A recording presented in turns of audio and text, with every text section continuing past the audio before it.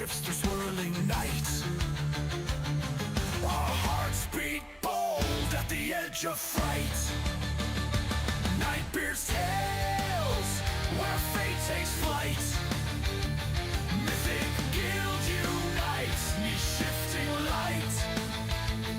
Dice crash heavy, doom or delight. We rise as legends, ready to fight.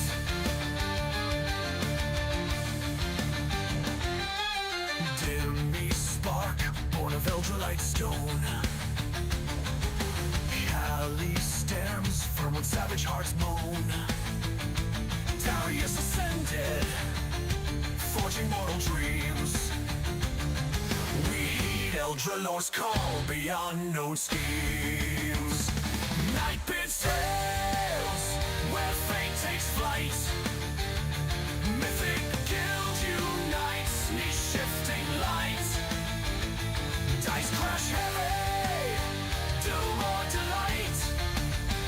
We rise as legends, ready to fight.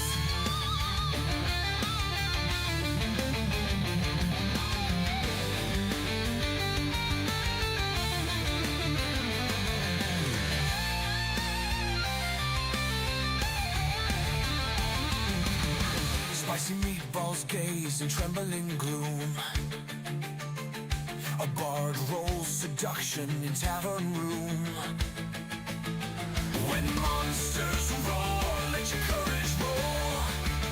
You're stepping into another Nightbeard adventure, time to roll. Nightbeard's tales, where fate takes flight. Mythic Guild unites, neath shifting light. Dice crash heavy, doom or delight. We rise as legends, ready to fight. Ready to fight. Ready to fight.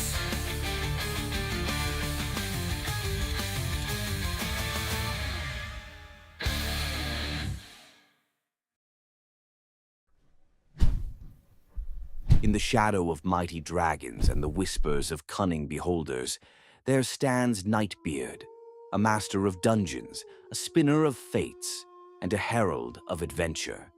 With a quill as sharp as a rogue's dagger and a mind as boundless as the multiverse, Nightbeard guides adventurers through tales where the daring clash with ferocious sea beasts, parley with goblins and giants, and uncover treasures guarded by the darkest secrets. Through fire and frost, mystery and magic, Nightbeard calls forth adventurers, new and seasoned alike, to rise as heroes, challenge the unknown, and leave their mark on the pages of destiny. Join the ranks of the brave on Mythic Guilds on Discord, where adventurers forge bonds, face legendary foes, and claim their place in the Hall of Legends. The realm awaits. Will you answer its call?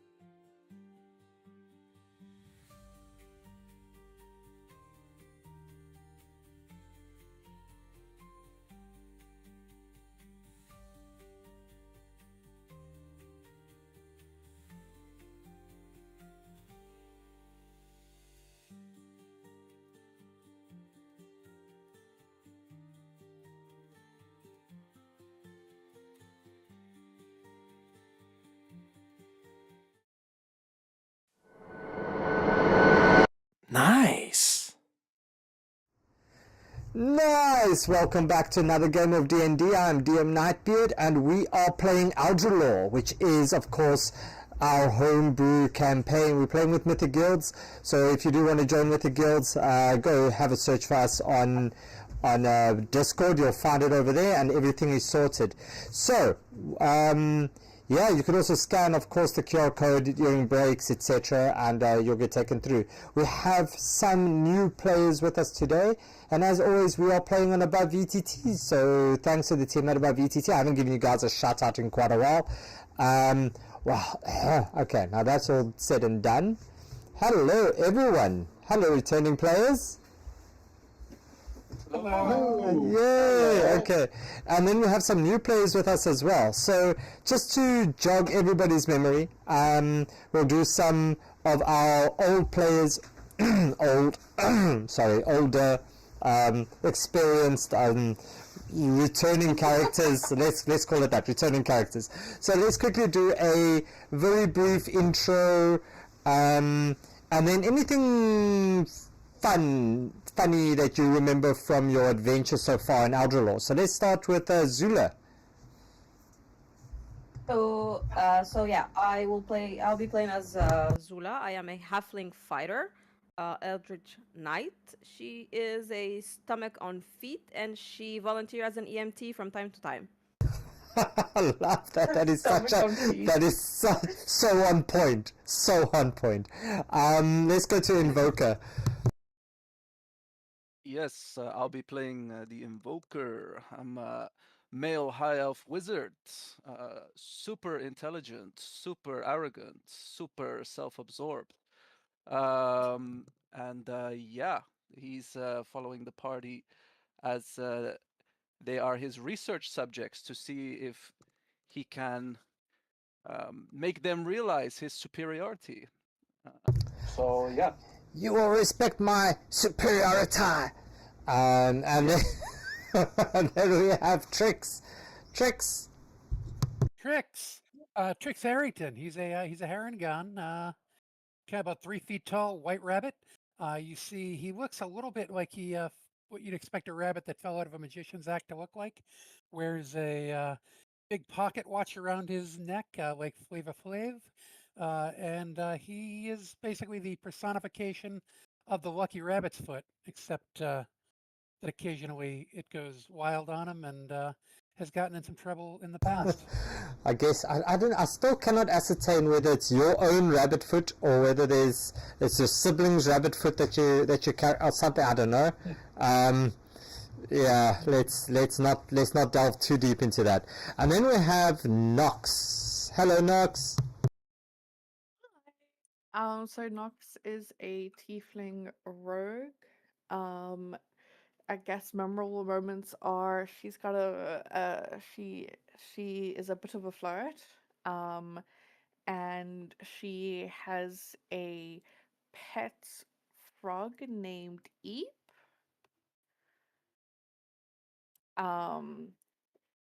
Both her and Eep were at one point in time possessed. And that was traumatic, especially for Eep's little baby body.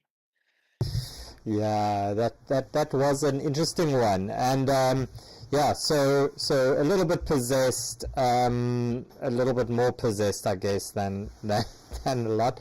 So yeah, Eep was a champion fighter, if I can remember, Nox, and Eep took on some what was it, orcs, or ogres or something, orcs, I think they were. But yeah, so if you are all ready to get going, we will get going.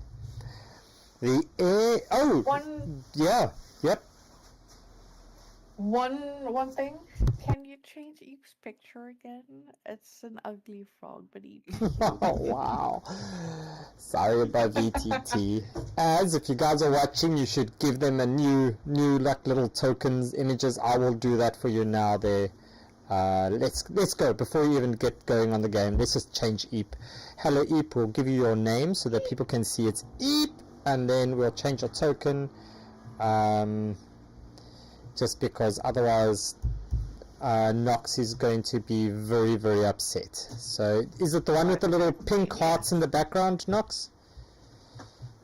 Yes. Okay, so that's Eep. In case people wondered, that's the thing. Yeah, there's Eep. Eep is Nox's frog. All right. So, who wants to give a stab at a summary of where we are, maybe from last session? So yeah, it was, what was the one-eyed? It was a beholder, right? Yeah, were you The one Mr. Wobblepuff?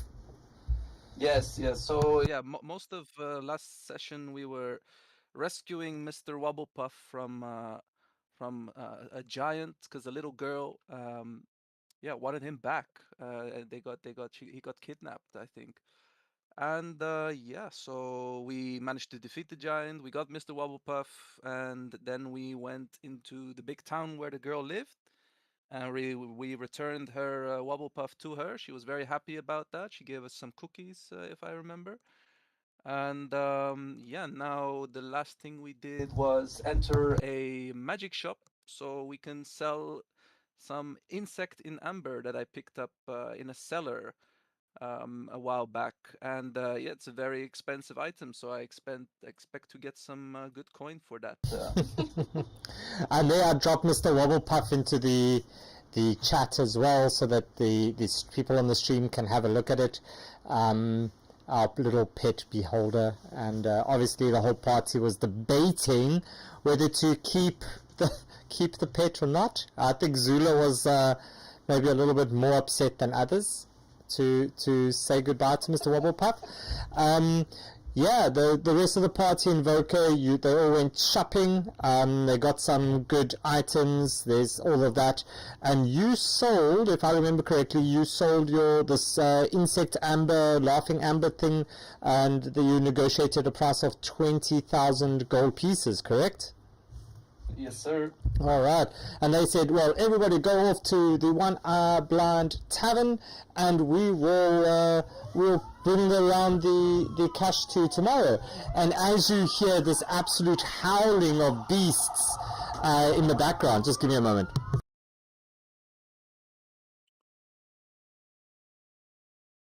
It's the fun police having too much fun. Yeah, too much fun happening. Oh, and we also have to deliver some like rolls of fabric or something. Yeah, Fabric, yeah. You've got some fabric offered to you. Who's carrying that fabric? I think we split it up. Okay. Trick I'm says carrying some of it. Yeah. All right, so let's get going with the game, so that we can intro some of our new characters. So the air is magic. the air is heavy with the smell of baking bread, spiced cider, and the faint musk of overused wool blankets. The Dancer's morning light trickles through the slats of your rented rooms in the One Eye Blind.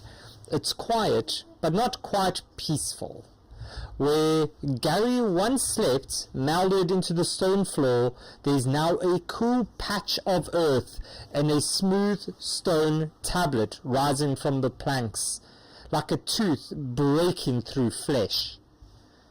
The tablet is carved with deliberate strokes, the letters imperfect giant and again in blocky, hesitant common beneath.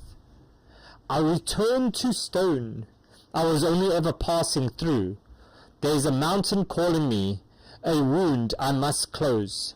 If the path brings you near, I will rise again. You know, without question, he's gone. A spiral sun above the mountain peak is carved below the words, Gary's mark. Alright, so Gary is no longer with us. He's unfortunately gone to the mountains. Oh, Gary. How you doing there, Nox? Are you okay? Yeah, I Who- just said rip. Who? F Rip. in the chat for Gary. Zula, can you roll me a Constitution saving throw, and Nox, you as well, please, as you guys were, I believe, learning Giant to communicate with him. We were. You said Yeah. Constitution saving throw. Yes, please. Okay, I just expand the sheet for some reason. Zula's like, Zula, you are, you like a little bit miffed, but at least you know you can now speak Giant. Nox, you as well, you also now speak Giant fluently, but you're a little bit miffed that, you know, he's gone, but at least you got something out of the deal, right? I mean, he didn't leave you completely empty-handed. Ilera, the Cragthane, the proprietor of this fine establishment, comes over and drops you a few mugs of ale on the table, and says, your buddy left quite early. He left quite a mess. Who's going to pay for those floorboards? I believe Invoker has the money. Yeah. Yes, I do possess the funds of this group. How much do you require? I guess 25 gold pieces would do it. Very well. Invoker takes out the 25 Wait, gold. hold on, Invoker. That seems like a scam. 25 gold just to fix the floor? Looks more like 10 gold. Of course, there's not only the floor, right? There's the substrate and the few pipes and plumbing things that we've just had put in not so long ago. You know, these things don't come cheap. And you're having them replaced with solid gold fittings? No, not solid. I mean, gold plated perhaps, but definitely not solid. That would just be a waste of money. I think 10 gold is probably more reasonable. Make it 15 and we'll just call it there. Deal. Alright, so 15 gold? Paying it over? But very well, 15 gold it is. It seems my research assistant is up to date about the costs of repairs in taverns. Yeah, I'd hate to know why you know so much about taverns, young Harrigan. I hope you're not here to cause any trouble and need more repairs, as Elira just moves over.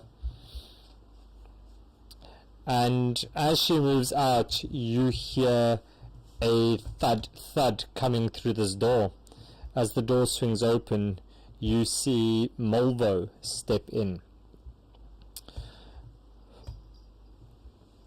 Yeah? Do you know who Malvo is?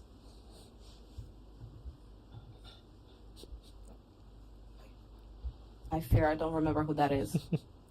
No, so it's not Malvo. So you see a courier dressed in patchy but well cleaned leathers as he walks in, and he bows. You see he looks like a tiefling. So you see him. That's him. As he steps forward, he says to you, Malvo Coppernook sends word. Your first payment, 13,000 gold, is here. The rest depends on a retrieval. And this is right where we are going to do a little sub thing. So, Seraphine, you see this person walk in, and as you hear 13,000 gold, your ears perk up. Are you there? I'm there, yeah. All right. I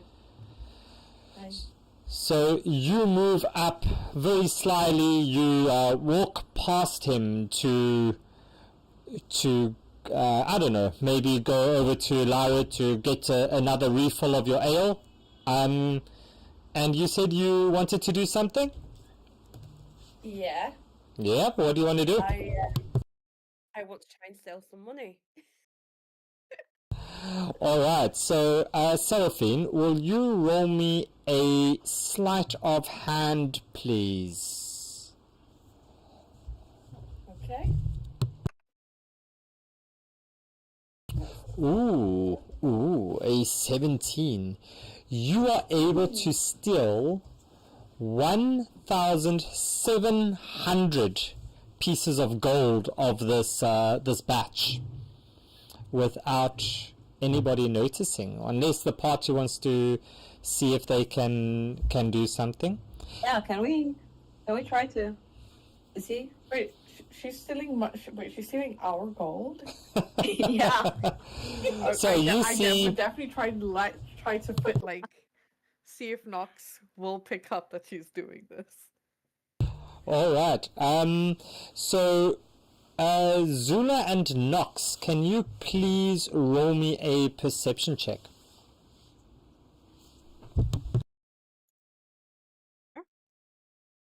Fuck off. No, thank you. Zula, you do notice this Seraphine. So Seraphine, describe how you would pickpocket this courier.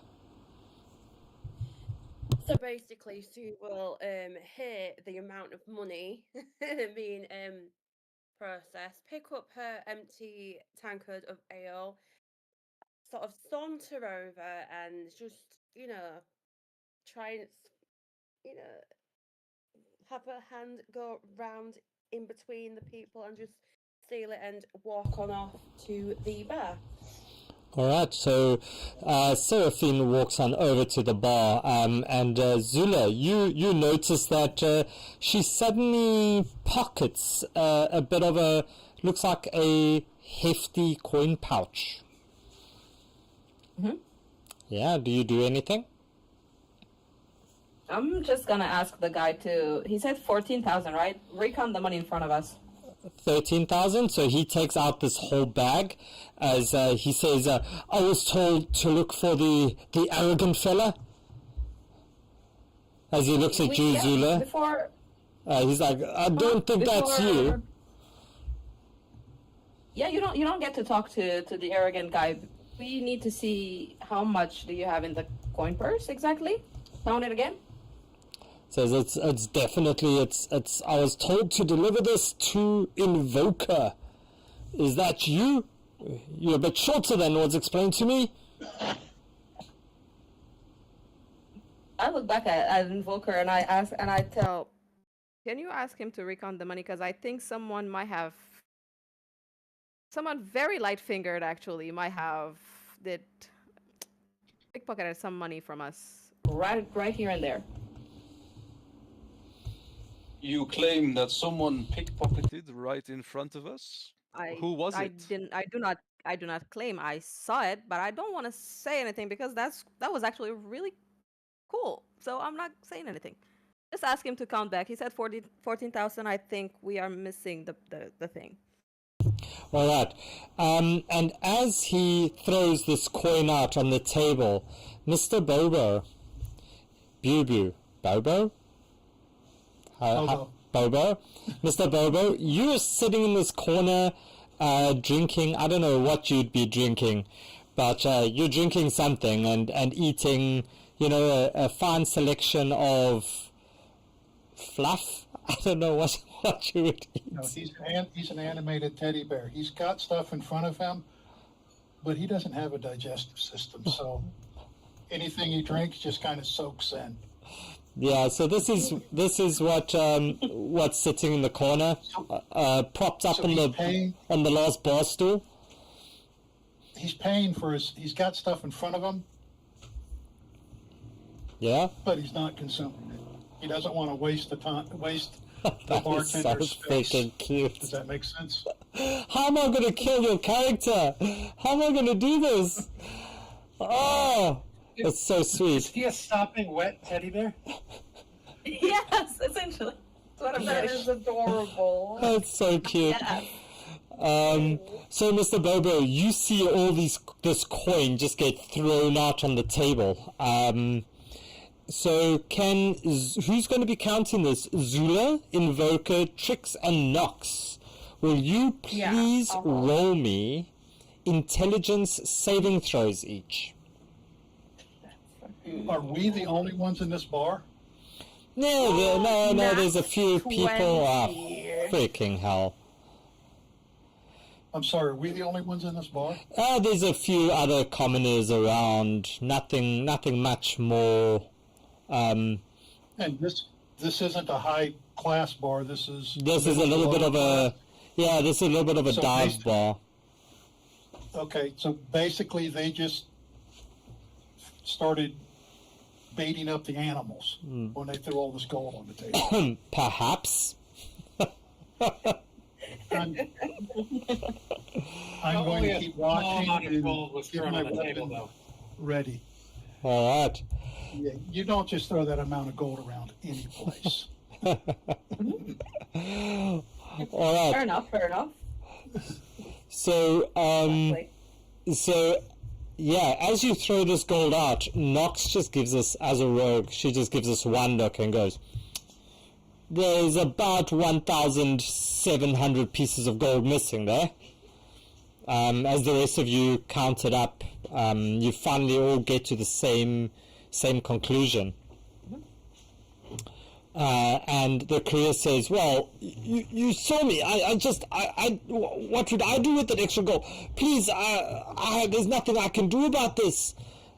As he points over to Seraphine and says, maybe it was her. She took it. She's the only one that came past me. Do you have any proof she took it? Check her. She might have it. I don't know her, but I know you. You claim to have money for me, and you're trying to pull a fast one on us. That's what I'm getting. And as you do this, yeah? Sorry? So meanwhile, Seraphine's just minding her own business, getting in tankers of ale. So she just gets her tankard of ale. As you see the rest of these, few of these bandits start to have a look around, as they all kind of lick their lips a little bit and says, well, maybe we can help you count that. If you don't mind. Can I quickly throw a look at Trix as read my mind. I don't know if you have a message, but read my mind. I'm looking carefully. And I just glance at Seraphine quickly, just to let you know, it definitely was her. He does look shady. It was her. I saw it. But hey, let's have a brawl. We haven't fought in a while. Yeah. As you see this guy step up behind the courier, as he takes his dagger out, he holds it to his throat and he says, give us that gold or we'll slice him up. Slice him up? We don't know this man. Yeah. Slice him up. We don't know him. Slice him up. As he rolls a 25. Oh my god. And that does 6 points plus an additional 14. That's 20 points of damage. Yeah, this courier is he's dead. Piercing plus poison damage? God damn it. I'm gonna fire my bow at him. Fuck yeah. You can you all roll me your initiative, and Nox, you get your one shot off. Okay. Roll me your shot, and then that's that. Oopsies. Oopsies. Get that out of the way. Mr. Bobo is like, Glad he's just already chilling in the dead. corner. Warrants he would be now. All right, so just a little bit of a rules kind of explanation of how we do our combat in Eldralore. We do roll perfect crits. That is the one component. I will also be doing the dexterity saving throw to escape opportunity attacks, so that is also on the table. And then for the new players as well as the returning one, something new that I'm trialing in my games is accidental hits. Okay, so how that would work is if for example Mr. Bobo, if you were to shoot something at the orange one and you miss on your attack, you're able to roll a second attack at disadvantage against any target that is directly behind that target. So any target, whether it be a ally or not, and that, if it meets their AC, will hit them. Okay, we all happy with that? Yeah, sounds cool. Okay, because... Yeah, you don't know, what, Yeah? once you get to know my character and know his background, you don't know how bad he wants to be here and is missing this right now.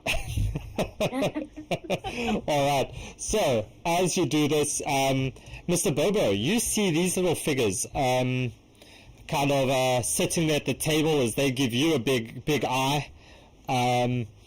Yeah, I'm gonna drop in some music, and then Trix, it's up to you. You're first. What you want to do? Also, Nightbeard, I can't actually see any of the other characters on the thing. I could just see mine. You can't see anybody? Can you refresh your thing, please? There should be... I'll refresh.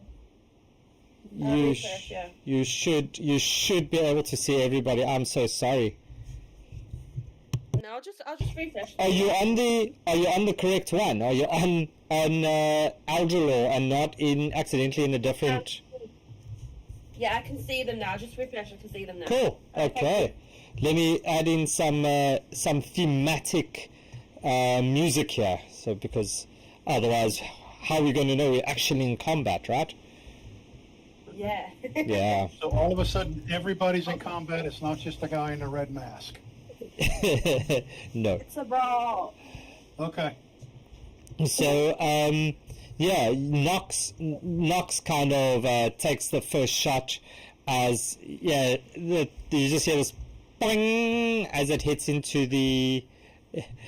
this pillar over here, and yeah, they're all eyeing this gold lying out on this table.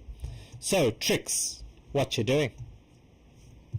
All right, Trix sees these bandits all get up from their tables after this guy murders the courier in front of us, and he is not going to take any chances. So his foot is going crazy, slumping on the ground, and he grabs a hold of his pocket watch and casts the web spell. All right, so web, So, and that's a yes, 17, Webs all over. and that's restrained, Ooh. correct? Yes, 17 I need a dex. 17 save from those three. All right, and they are all restrained as this web just webs over them. Just see this white sticky substance just shoot out from this bunny as it just covers these three characters. All right, they're all restrained for now, guys. Just please don't set them or the web on fire. That's all I ask. Noted. And I will. Where am I? I'm gonna move back to here and kind of duck behind this table if I can. All right, yeah, for sure you can. This one is going to take a shot at Nox. Nox does a 14 hit. No, I don't think so. Zula, that means it's your turn. Okay. So the money is on the table, right? Yeah, there's what's that? 15,300 gold pieces lying on the table. No, I lie. No, it was 13,000 less than 1,700. Sorry, my maths is not mathing. It's 1,000. 11,000. 11,300. 11,300 Great. gold. Yeah, that's the one. Okay. So can I quickly ask Invoker if there is a way to get rid of the money for now? Yeah, you can ask. Yeah, I'm asking. I'm asking. Thank Yeah, you. I can answer on my turn. Oh, great. All right. I will grab the money on the table, the entire bag, and I'm just gonna run through the door. All right, so all this gold is kind of scattered on this table, and as you try to do this, can you? I'm going to ask you. I know I did roll it, but can you roll me a D100, please, Zula? Sure.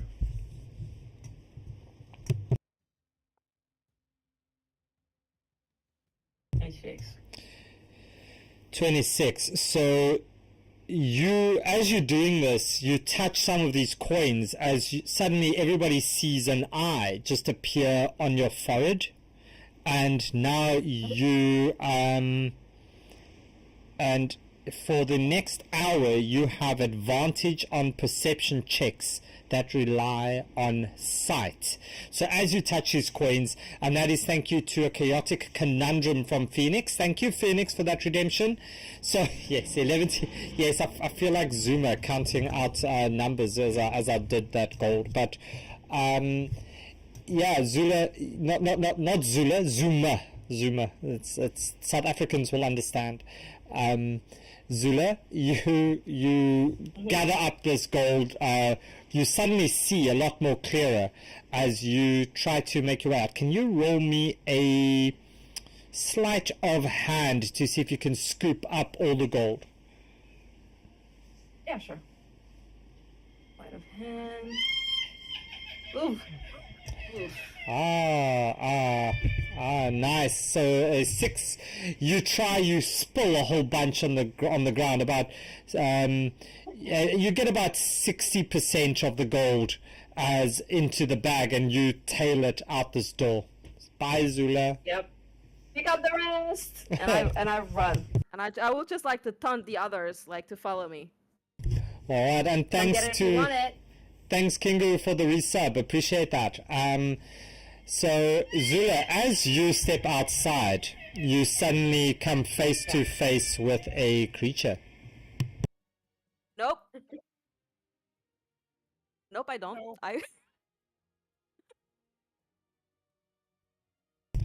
And as you open that door, you just see a bunch of hobgoblins standing there, staring at you. And they look at you and they look at the gold. And yeah, thank you, Kingu, for that summon. Hi. Yeah, that's going to be. So let me. Thanks, Kingu. Let me drop in some hobgoblins. The most cartoonish thing ever. They look at me, I look at them, I just step back. Yeah, Close the door. So you see let's see which ones. You see this guy, Zula, as you open the door, you see this guy standing here with a few other little hobgoblins. I'm just going to find them quickly because goodness knows the new monster manual has made it a little bit more difficult. Here they are. What is that high-pitched thing? Is that the redemptions nowadays? That's my Twitch alert, yeah, which comes through on my side. Right. Does the door have a lock? There's a big bar on the other side of the door, like that's you know what's those things that you do to block the door, like a freaking. Oh yeah. Yeah, that one of those wooden beams that you just block the door with in the old days. Okay, so Zulu, you open this door and suddenly you just see these hobgoblins staring back at you. And they're also going to join this. This is going to be this is going to be the whole thing. Okay, so Zula, anything else you want to do?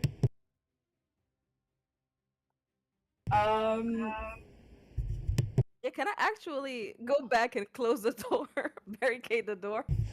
I'll allow you to step back, but you won't be able to close the door. Yeah. Fine. I step back and.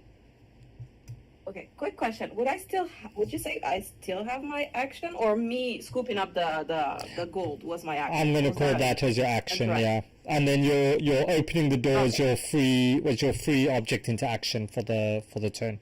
Perfect. All right. All right. Neat. Thank you. All right. So as that happens, you see this bandit. He's in a web. He's going to try to get out. That's a strength. Is that a strength save? Yeah. After he's already in the web, it's 15. that is a fail. He's still all webbed. The next one is also going to try to get out. Strength of a 3. He's not going anywhere. And Nox, it's your turn. And whatever you do, you please roll at disadvantage. Thank you to Metal Mikey. Okay.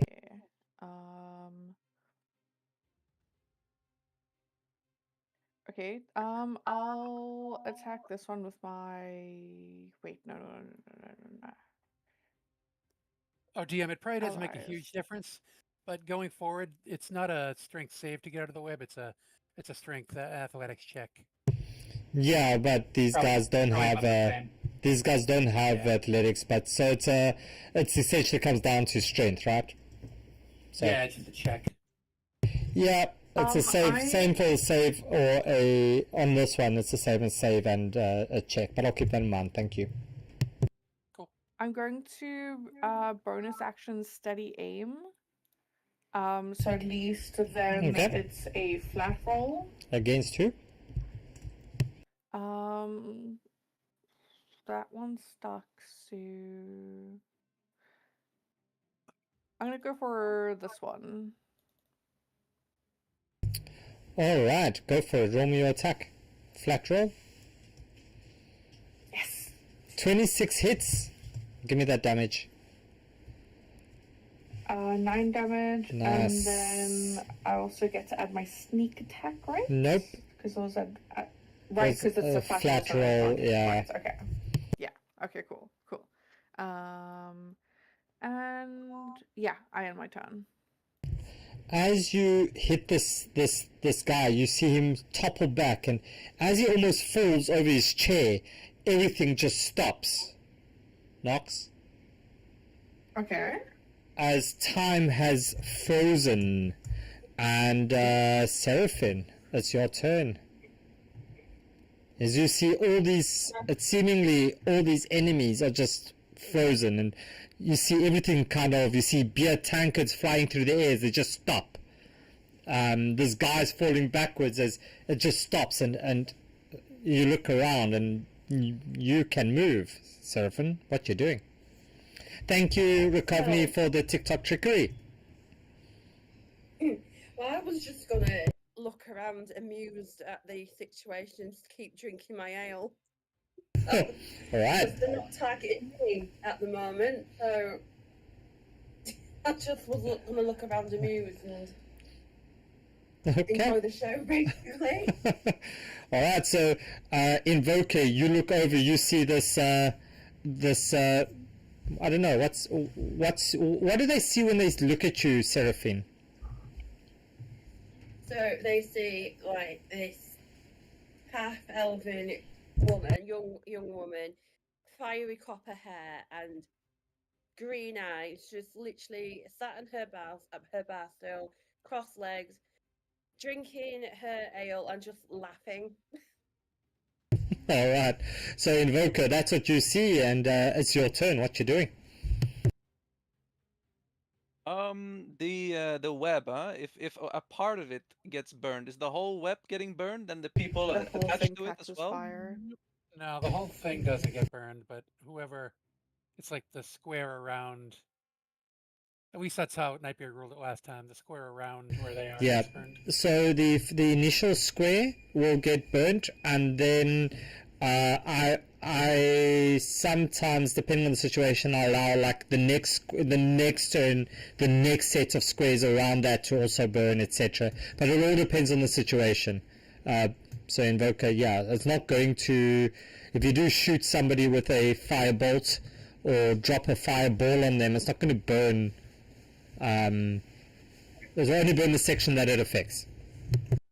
All right, that's good enough for me. Fireball's pretty big. Yes. Yeah, but nobody asked how big the room is. Or the web. Invoker, go for it. What you doing? All right, gonna move over here, and I'll cast Fireball. Fireball. Oh, freak! I thought you were joking. Oh. Wow. Okay, nice, nice. Yeah, drop it on Nox right there. Eep as well. Cool. What? This should hit those two at the bottom there. Still, Yeah. That would happen. Freaking hell. And the three that are restrained, They all automatically. get disadvantage on their. They get disadvantage. Okay, cool. So let's do those ones first. Roll me that damage there, please, because I don't even think it would matter. But let's just do this properly. Freaking shit. 36. Yeah. And that's a save of. What's the save there? The save is 15 dex. 15, and they all do it at disadvantage. Oh, guess what? They all fail. So how do you see that happening? You just see a fireball burning them up. That's it. Yeah, and these two also. Also, all the furniture. They also go up. Okay. Yeah. Invokers just set the tavern on fire. Yeah, I'm going to drop in those fires now. Okay, so Invoker, how do you see this happening? Yeah, they're just getting hit by a fireball and all burning. That's it. Okay. All right. Didn't you guys just have to pay for a bunch of damage at this bar? Yeah, but my research assistant knows all the prices, and I'm sure he can get us easy repair bills. Low repair bills. Yeah. Okay, so there's that, and there's that one, and there's that one. That's all burning at this stage. It's all just, yeah, looking super, super good. God. And yeah, Is that you? that'll be his turn. Yeah. Okay. Mr. Bobo, you look at this, Okay. you see this, these cute little figures. They kind of look like siblings of yours, perhaps, that just went up in flame. Yeah, what you doing? Yeah, they don't look anything like me. To you, what? Everything stuff looks alike to you? Okay, first I'm going to move 30, and then... Oh, boy. I'm going to cast Hangover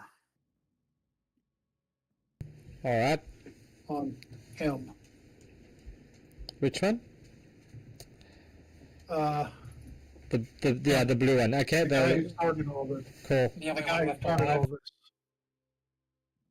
The one that slit the career's throat. Okay, so hangover. Yeah, he's going to get a headache, I guess. So, what do you need me to roll? Just roll 3 die psychic.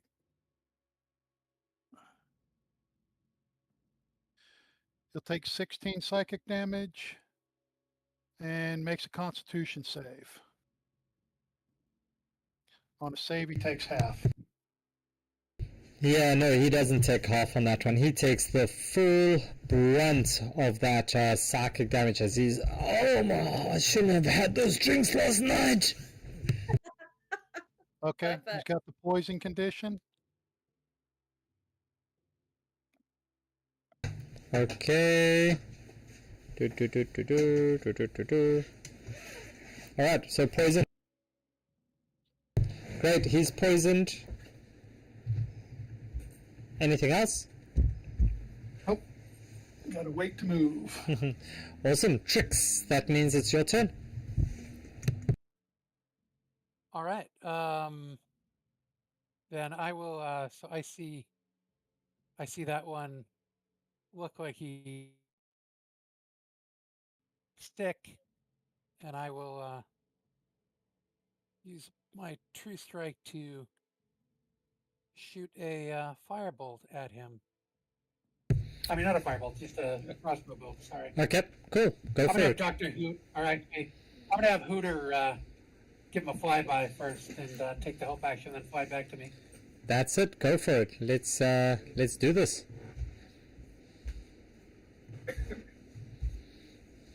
Oh, nice. That hits. Thank goodness for that help action, hey? Yeah. Okay, And, 10. That's also on this blue, this poison guy, right? That's on the blue guy, yeah. Plus 5 radiant damage, so 10 piercing and 5 radiant. Okay. Yeah, you see, he's not looking too good, to be honest. Alright, I will just duck down back under the table. Okay.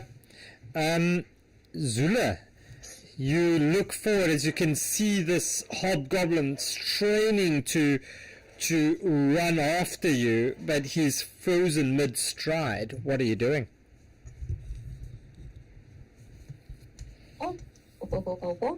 I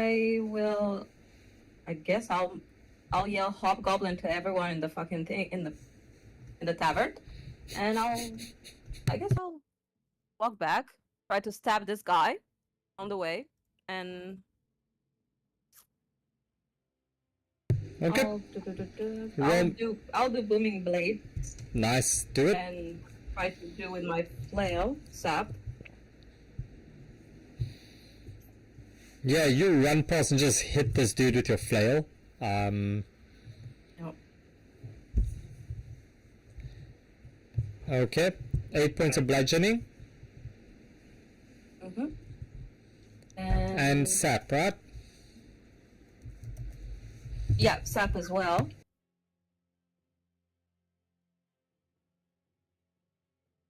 And can I try? I know if I move, I get a dex save, right? To avoid the opportunity attack. Yep, you can do that if you want. I'll, Or you can just know that time has frozen and this has happened before, oh, which you perhaps recognize, and you just figure out you can maybe just move freely because he won't be able to react. you are so right. She is completely like confused right now. She almost got murdered by a bunch of hobgoblin. She Hobgoblins. and I'm gonna duck behind here to have some cover. All right, you duck behind there, and Nox, it's your turn. As you see this fire starting to burn next to you, Eep is not looking at all very comfortable with these flames so close to him. It, her, them. It. Eep is undetermined. Okay, I am so. This guy is still restrained, right? No, he's never been restrained. He's poisoned. I thought this whole time he was. That's that. Okay.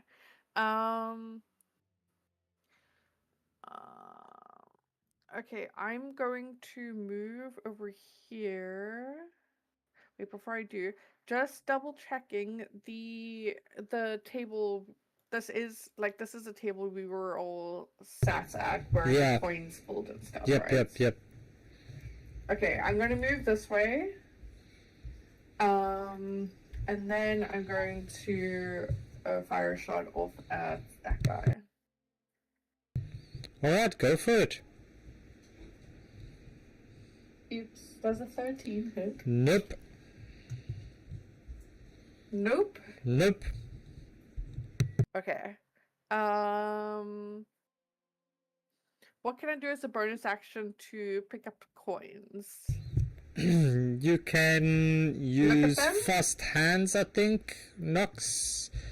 As a rogue, I think you get that. Do you get it at 5 or 6? I'm not quite sure.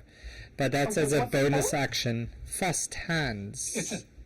It's a thief at 3. Is it a Only the thief? thief subclass. Yeah, so let's see what you got on your bonus action. No. Okay. But you can I'd say as a rogue I'd allow you to try to gather some coins there, Nox.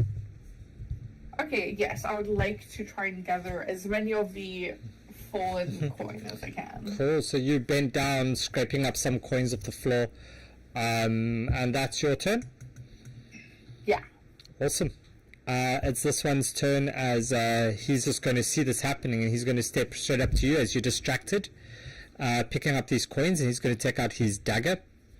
And actually, what he's going to do... frozen? No, not right now. Not anymore? Not anymore.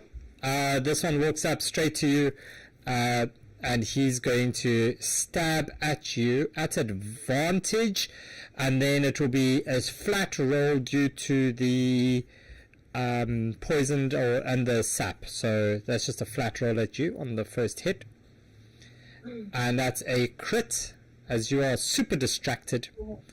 And Can I take a reaction and use my uncanny dodge to halve that? you may. So Fuck yeah! so that does 16 points on perfect crit plus an additional 34. So that's 50 points of damage. Halved is 25. Yeah. Yeah. Thank God. Before she does that, could Trix use a reaction to grab his watch and make that not happen? Trix can do whatever Trix wants to do. So Trix is doing that. Okay. Trix is going to change that score of his to a 6. Ah, nice. Ooh. So your mind flashes, Nox, knowing that this guy's just stepped up to you, and you think that it might have hit you. As you look up, you see this blade coming towards you.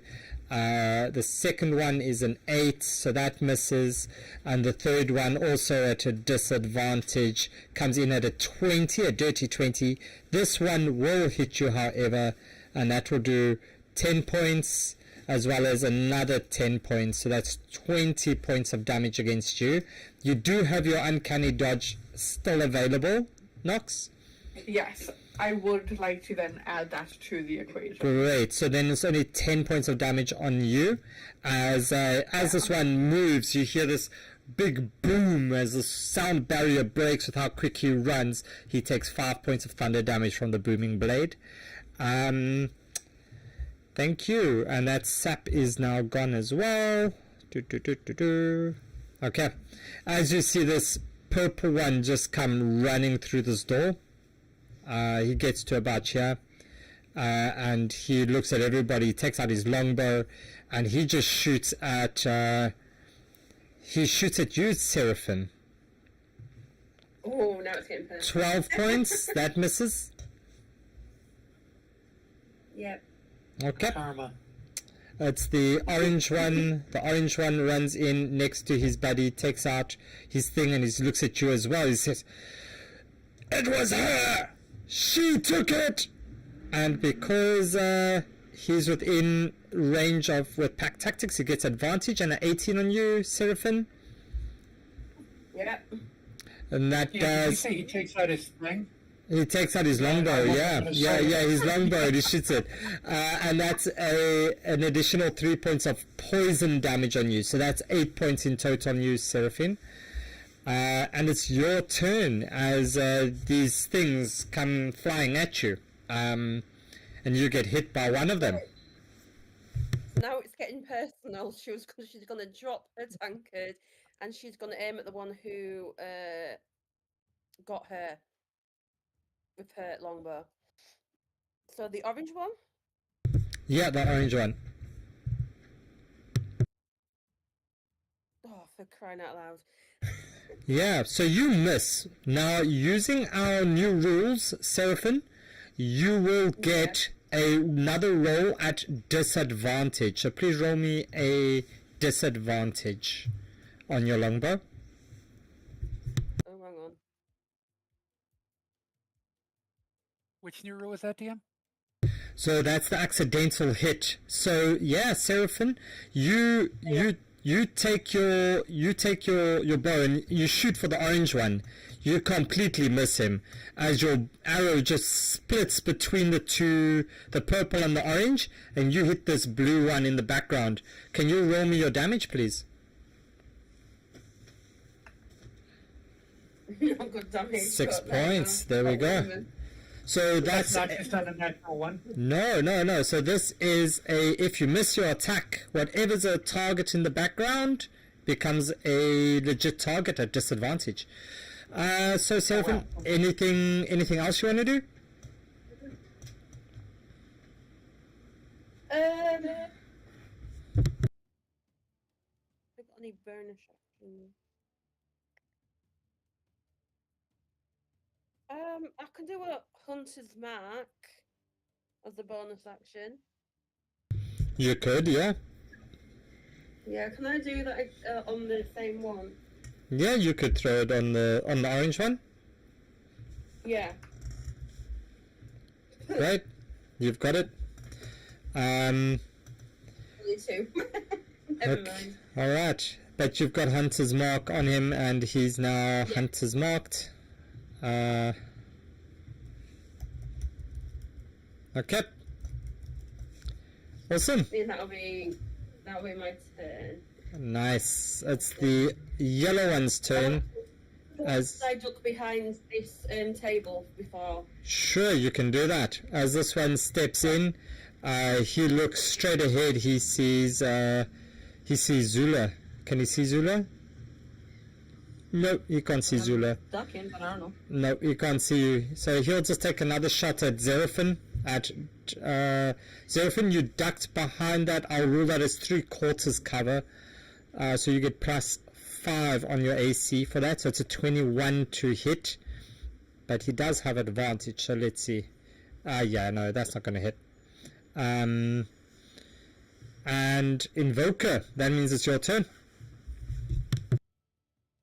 All right. Let's see what we got here.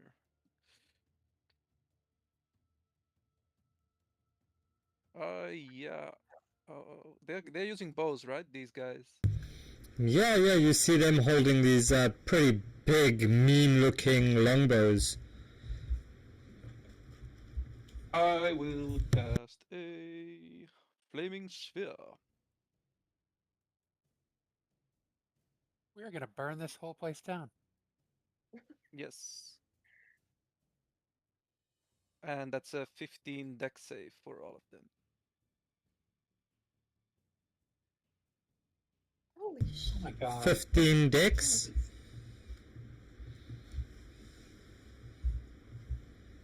You're going to burn down the whole freaking Verdantia forest with the way you guys are going.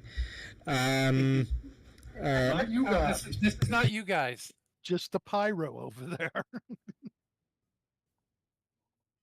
Just the professor. Okay, so you said it's a 15 dex? Yes. Okay. Let's see. 15 dex roll. So the orange one passes, the other two fail. And the damage on that is 7, yeah? Yes. And if they... Fail, or the pass will get half. Okay. And that's cool. Applied, and that's sorted. Alright, Invoker, anything else? Yes. I will move behind the counter here, and I will go prone. Or if I crouch, is it enough to completely be in cover, full cover? No, you'd be 3/4 cover. Okay, I'll go prone. So she's a dwarf, so the counter is not that high. You know, it's like a little step up, and it's a little bit higher than the ground, so that she's almost at eye height when she serves drinks. So he just went prone next to the person whose bar he's burning down? Yeah, Just saying. yeah. You called it. Invoke anything else? No. Okay, Mr. Bobo, it's your turn. Okay, I'm gonna move. Can you roll me a Constitution saving throw, please, as you run away from this flame? these What flames. savings throw? Constitution, please. Constitution.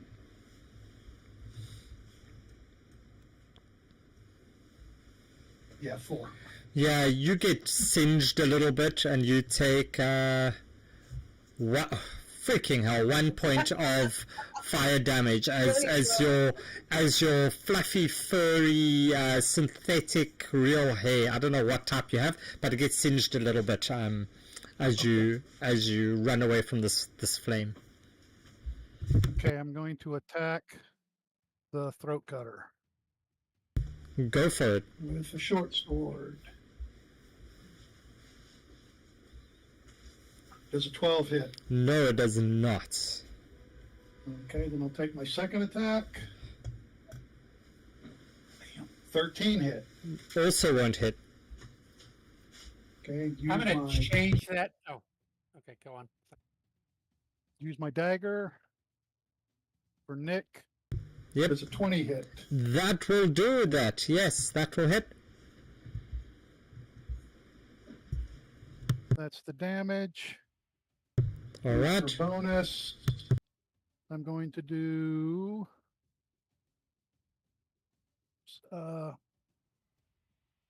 Divine Smite. Nice.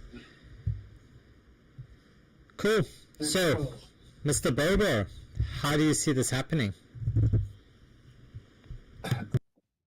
I swing with the short sword, miss. Swing with the short sword, miss. Mutter a vile imprecation underneath my voice and stab him in the back with a dagger. And the dagger's glowing when it stabs him. Nice.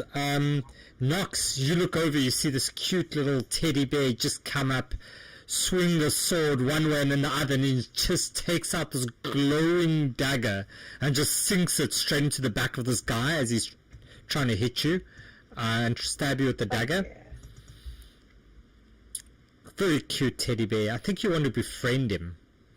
I think I do. I think you want him as a pet. Trix, that's your turn. Before it's your turn, Elara just kind of, you see her just run around as she panics. She runs over to, she gets about there, as she throws a thing, and this suddenly hits the ale barrels as it pops the lids, and the ale barrel starts to flood down in a stream. We'll draw it like this as it starts to just seep through back down like this, reducing the flames just a tad, a little bit. Redneck sprinkler system. Well, it works, I suppose. Just reduces it just a smidgen. Alright, Trix, it's your turn. What you doing? All right, I'm going to, Trix will, let's see, let me get my, there.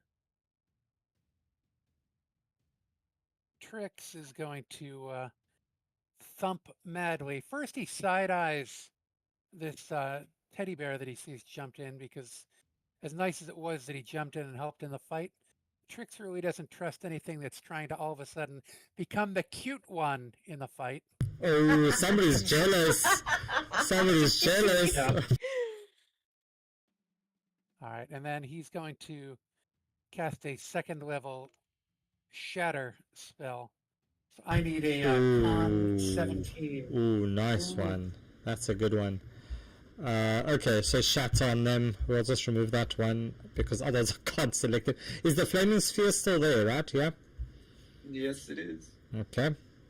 So what's it? A 17 con 6. Constitution. Okay, and it's an 11 points and half on a success. And yeah, how do you see that happening? Well, there's a crash, like Thor had just landed in the bar, as the shatter goes off, right where the flaming sphere was, and these guys are basically just bludgeoned as if they had been in a sudden earthquake and dropped to the ground, bruised, bloodied, and dead. All right. Anything else you want to do? Nah, I will just duck back down behind the table. All just right. in case. So you see this big boy step into the bar. As he steps in, he walks just steps over the side of these things around the flaming sphere. As he steps towards it, he takes out this huge ass scimitar and this greatsword, and he just points it straight at Seraphine and says, "We know it was you who took that. You thief! Hand it back now." Don't know what you're talking about, mate. As he takes out his sword, he just throws it straight at you. Sorry. Am I in cover though? Yeah, you're in cover. 15, that will miss, and his second one that he throws at you, 12 will miss. As you just see these two great swords just come fly past your head, and just clank into the bar there. Zula, it's your turn. Throwing swords, jeez. Yeah, crazy. With my third eye, what can I do with it? Like, is it perception checks? Perception checks, yeah. We can flavor it a little bit as well, Zula. Yeah, as he's speaking, I want to try to figure out what he's talking about. Since I know Seraphine has light fingers, I want to know, like, is he actually, like, are they actually onto something? Roll me Or are they just accusing her? Roll me a perception check, please. At advantage. Okay. Yeah, you get to roll at advantage. Yeah, turn. Alright. Seraphine, can you roll me a perception as well, please? Yeah. And I can find it. There we go. Nice, okay. So, Zula, you look over to this hobgoblin, and then you look over to Seraphine, and you see Seraphine's eyes suddenly light up as she sees this blade come flying past her head, and you notice there's an emblem on this blade. And Seraphine, you recognize this emblem to be one from your a mark that was once that from your father, the trade guild that your father had abandoned. You recognize this mark as it just flies past your head. Right. Okay. And Zula, you see this kind of like realization on her eyes as she sees this coming. Okay. Okay, I will take my full movement to go around here, and I'll use my singe snap bow to try to hit the guy. Okay, yeah, go for it. And I would like to apply Vex if it hits. 13. Yeah, that does not hit. All good. Okay. Then it is I'm Nox. going to use my reaction Okay. again Yep. and grab my watch, twitch my ears, and all of a sudden things roll back, and she actually rolled a 17 on her die, so 17 plus 7. Yeah, so Zula, you look at this and you think it's going to miss, and suddenly it just curves as it hits the hobgoblin. Can you roll me your damage there, please? Yes.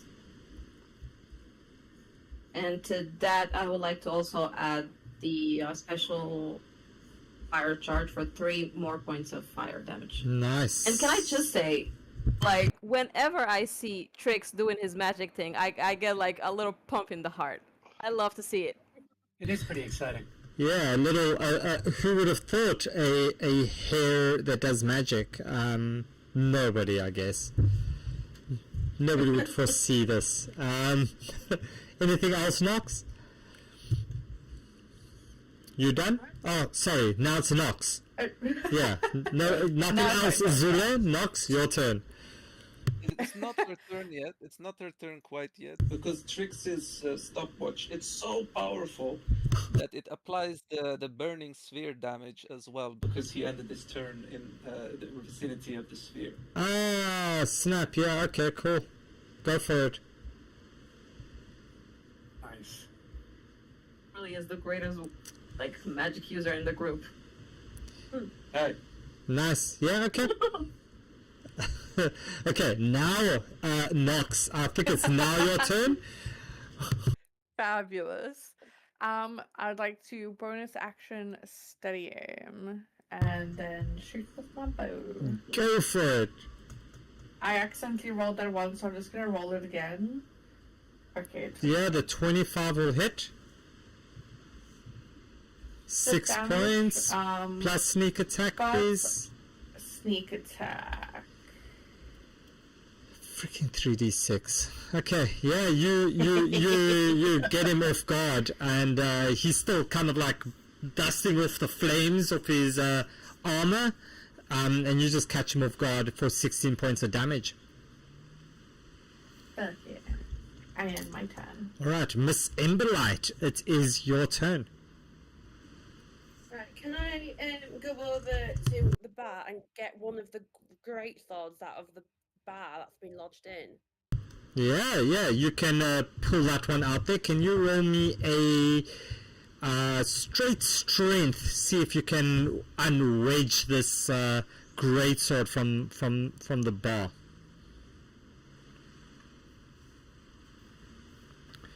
Yeah, I'd say you get it done. You're now in possession of a greatsword.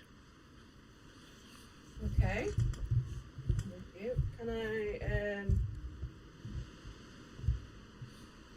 go around here and can I shoot him, please, with my bow? Yeah, go for it. Why not?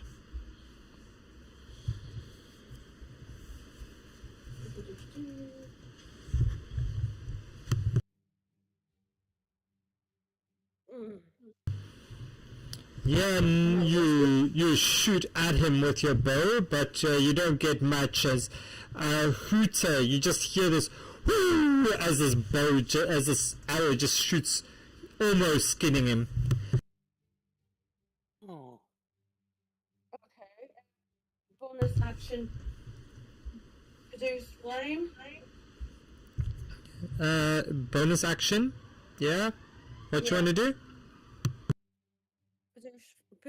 Sorry, I can't speak. Produce flame and throw it at him. Okay. Why not? Throw your thing at him. Bonus action your flame. And 12 does not hit. So,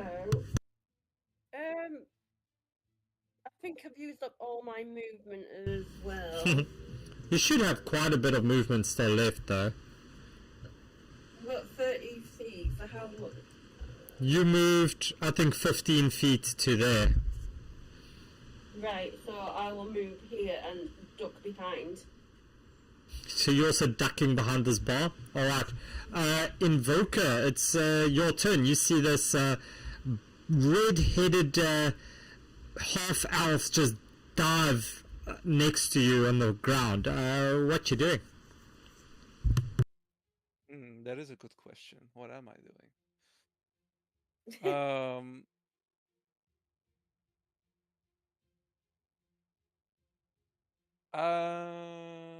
I'd like to take a good look at this person and see if I notice anything specific.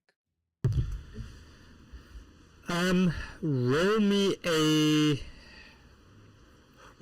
a perception check at advantage, please, Invoker.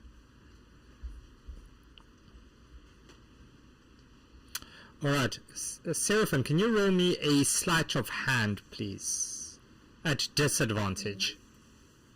It's a disadvantage. At disadvantage, yes, please.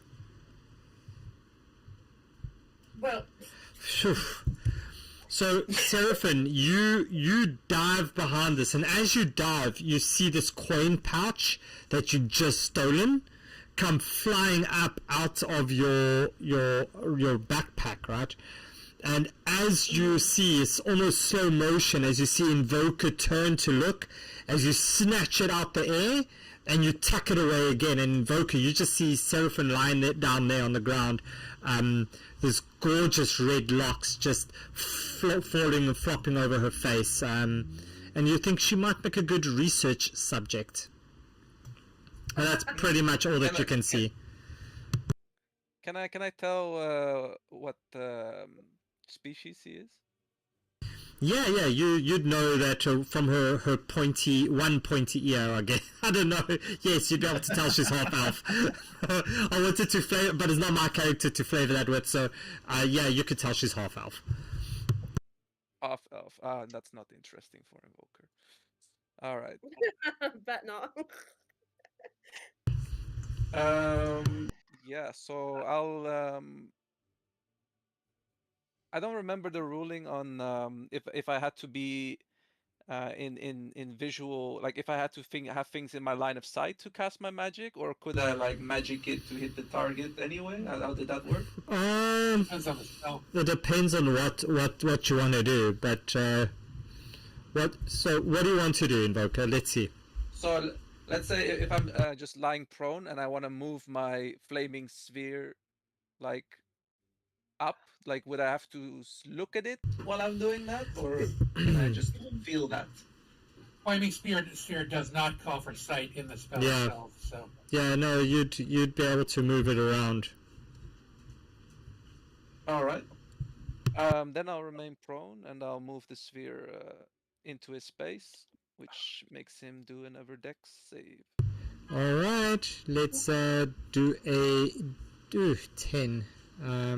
Sorry, I'm just waiting for my thing. It just disconnected because, of course, in the Cape we are having cold front storms.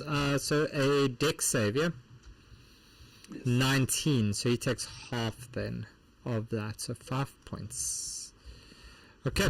That was my bonus action. Then for my action, I'll stand up and... Or maybe no. What about the firebolt? Can I remain prone and cast the firebolt at him and make it magic and hit the target? Yeah, so I'll flavor it like you kind of stick your hand up over the bar and you just point and you just firebolt at him. Roll me your attack. Yeah, I'll flavor it as I conjure my orbs, my free orbs to hover above the bar, and then the firebolt emanates from them. Awesome. Go for it. 14 misses. Okay, he will still take... what was the gimmick with that? Half damage or something? Because of my cantrip. You miss... The target takes half damage, yeah. Okay, So of course. Because why not? Bang. I sure hope you don't ever come across creatures that are immune to fire. We have other elements. Invoker? Anything else on your turn?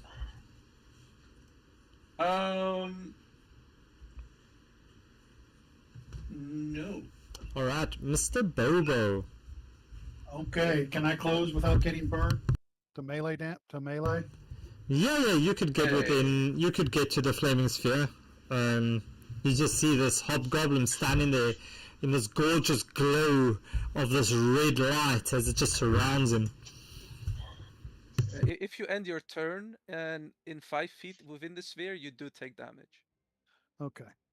So I'm going to attack the battle cry of Whee!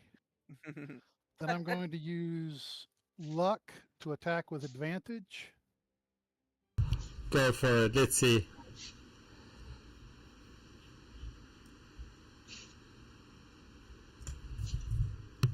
22 hit. 22 does hit, yeah. Okay, he will take for that hit 5 points of damage. Then I'll attack again under Vex. Okay. 22 hits. Damage again. Attack with the dagger under Vex.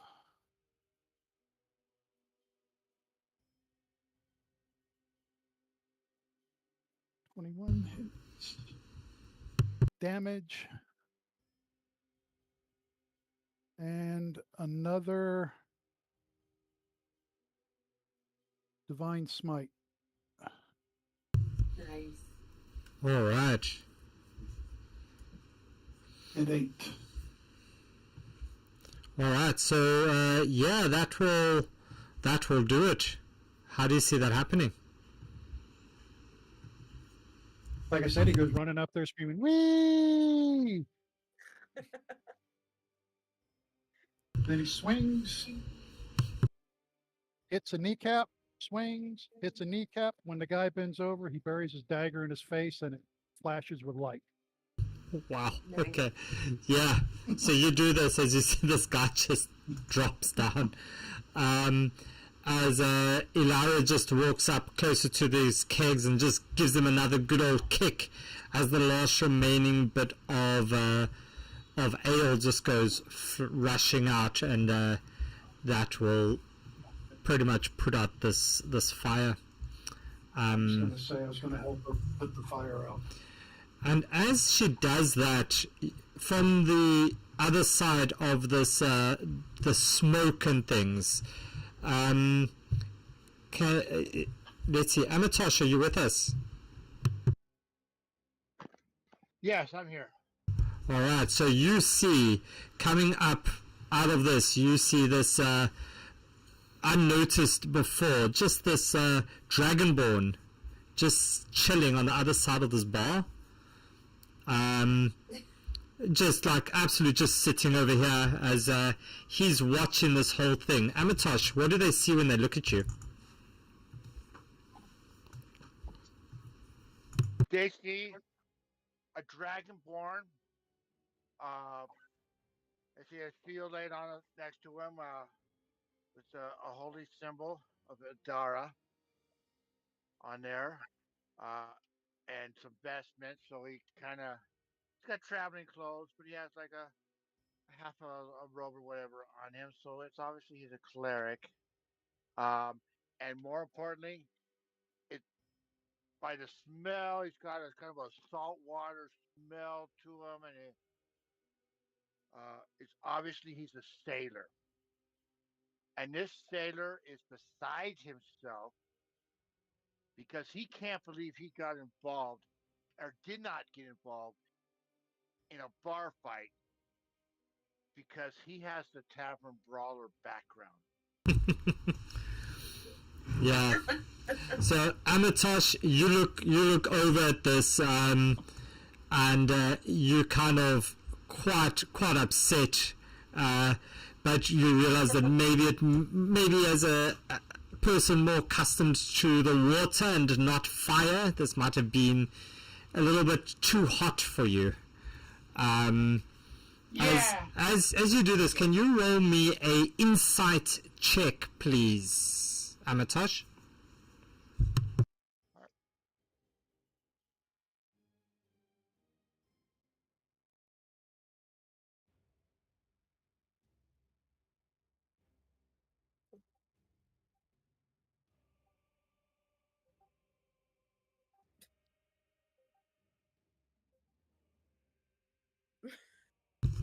You recognize the cloak that this big hobgoblin had on. You recognize the symbol on the cloak that you saw as you walked in, and you know that these are mercenaries hired by a mercantile guild, a merchants guild, that you've come across a few times in your sailing that you've done. And you know, these guys are very seldomly alone. They usually have quite some backup. All right. I get off my bar stool and walk over to the group there, and I say, that was rather impressive. I assume you guys have no idea who you just fought. These are a group of mercenaries, and they never travel alone. Somewhere nearby, there's probably a lot more of them. Just watch your backs. You probably made enemies in the wrong places. Hmm. When the guy came in, he was pointing at Seraphine, right? Yep. And then I will walk over to Seraphine just to let her know my goodwill. And I'm going to cast a Cure Lights on her. Nice. Thank you. All right. So As the Dragonborn gets close to us, Trix is going to twitch his sensitive nose and smell the ocean about him and let the group know that he smells like a crusty old seaman, so he probably knows mercenaries. Sounds like semen. Freezing.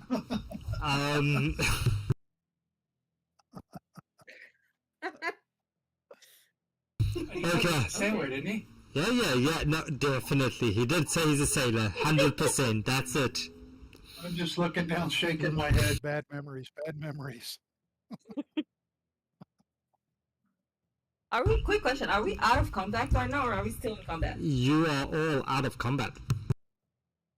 Brilliant. Ooh, okay, can we start looting the bodies? Can we also make sure that we have all of the coin that fell out? So, I already have like 60%.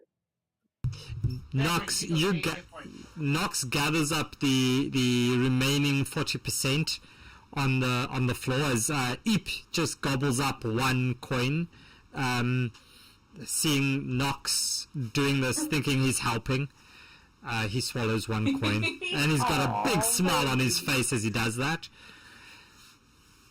Wow. Zula, can you grab Seraphine by her leg and shake her upside down? Yeah, of course. I'm so short. I am so short. I can definitely do that. Window. I'm gonna try and sneak out of this window. I can try and do it with Trix's help. Yeah. So as you're all walking about, Ilara comes up to you all and just like, come on, it's not like this is the first time it's ever happened, but I think we now need to renegotiate that other fee for the damages. As she points over to these bone-top tables. Invoker says, excuse Thing I me, got. dwarf, but would you prefer to have befallen the same fate as this messenger who brought us the courier that brought us this coin? It's clear your tavern took some collateral damage, but you have your life in return. She's like, well, the way it looked to me, it was they weren't here for me, they were here for you. And she points over to Seraphine as she's trying to climb out the window, and she says, and for her, nothing of my establishment. I'm sure the bandits would leave the tavern alone. They would just attack the guests, but not the tavern owner. I'm sure of that. They're my best customers. They haven't done anything. They spend their coin, however gotten, they spend their coin here. As a habitual bar fighter, can I just kind of like, as she's chit-chatting with Invoker, like take some coins from my bag and like press 50 gold in her hand? We appreciate your services. She says, well, trust a dwarf to look after another dwarf. Oh, thank you, dearie. as she Halfling, you racist. she walks around. Our short folk need to stick together. As she walks around and she's very grateful. And she starts picking up her scrying stone and calling suppliers to restock her ale. She comes back and says to you lot, she says, well, mind you, seems the furniture factory's out of business. Something about not getting the supply of wood. Apparently the party's been killed in the forest. It's terribly inconvenient, considering I need 3 tables and a few sets of chairs for them.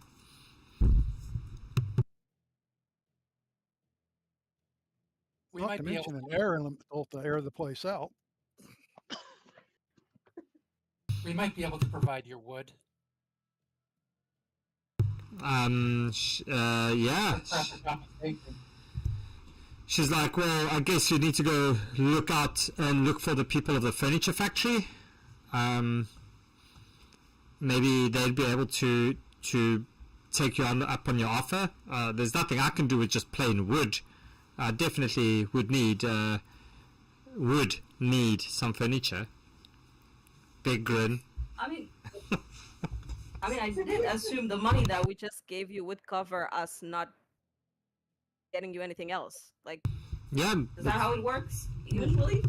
Well, it's you know, you did pay compensation. I'm mighty fine. I just thought you look like the sort that could sort out some trouble.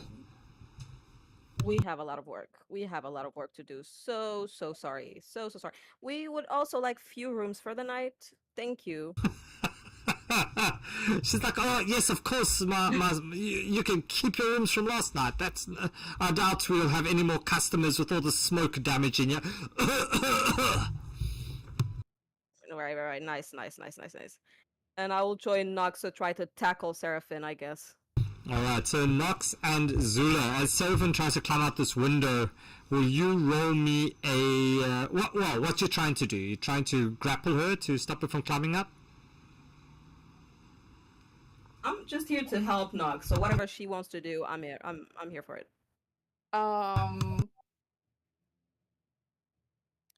Is there a dexterous way I can go about trying to prevent her from climbing through the window? You can slam the window shut as she tries to step through it. Yeah, I'll clear the window first and then try and restrain her in some fashion. With the window. Right. So Nox, as you step forward to Seraphim, you get this feeling about her, that you think she's maybe... Oh, Zula, did you share with the party about seeing her steal the gold? No, but I'm sharing it now. Alright, so Nox, you hear this, that she stole, might have been implicated in stealing gold, and you look at her and you realize that thieves, thick as thieves might be a good terminology to use here. Yeah, stealing is fine, but stealing from me isn't. Didn't steal anything, mate.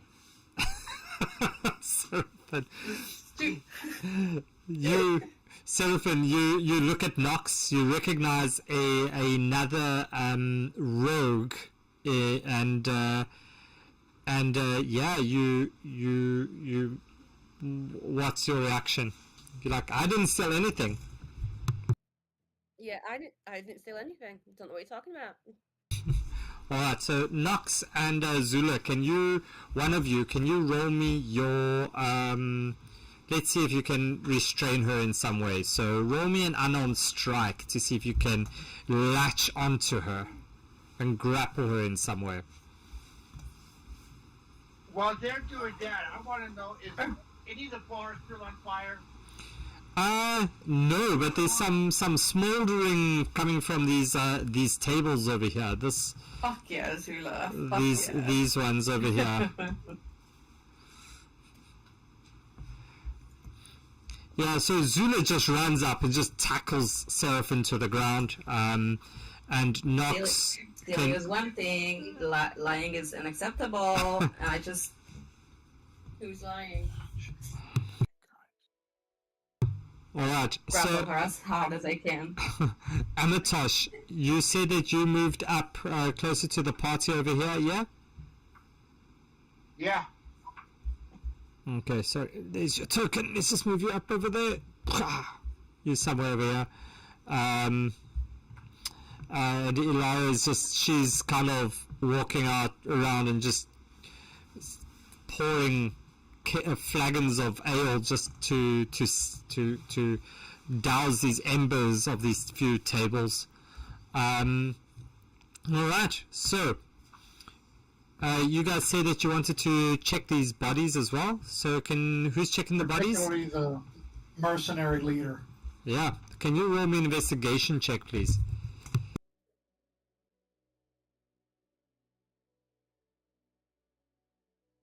$13. Yeah, on this mercenary leader, you get some very burnt up a longbow, quite damaged, and there's some half plate armor that they have as well. So This is also checking. okay, so Trix, you have a look at these. Right? You have a look at these other guys, and you find on them also a shield and some half plate armor. There's a longbow and a longsword. Would Trix be? I know Trix is small, but would he be able to cobble together from the half plate armor that he found some half plate that he could wear? You'd need to have it reworked a little bit, but you definitely you could potentially have this sorted for you. Okay, yeah, I'd like to. And I'm smaller than he is, right? I think you're maybe around about the same height, around about 3 feet, About 2-3 feet, tall, yeah. so, yeah, that's about it. Then yeah, I'm gonna grab some pieces of the half plate, and when we get to an armor, I'm gonna try to have them refit for me. Awesome. I guess I'll do the same thing if nobody else is gonna take it. Okay. It says, I have no need for scraps of armor. You better clothe yourself in knowledge. Oh wow. Professor, I choose to be clothed in both. That's a great comeback. Why weigh yourself down with useless scraps when your knowledge can deal with any threat? Okay, so there's no information on the mercenary leader. There's nothing on the mercenary leader. There's the only thing that you notice is this burnt cape with this now burnt away emblem on it, or sigil, or whatever you want to call it. But that's now gone. Can I search like Seraphine? Yeah, you can search Seraphine, and as she's being tackled and held down by Zula,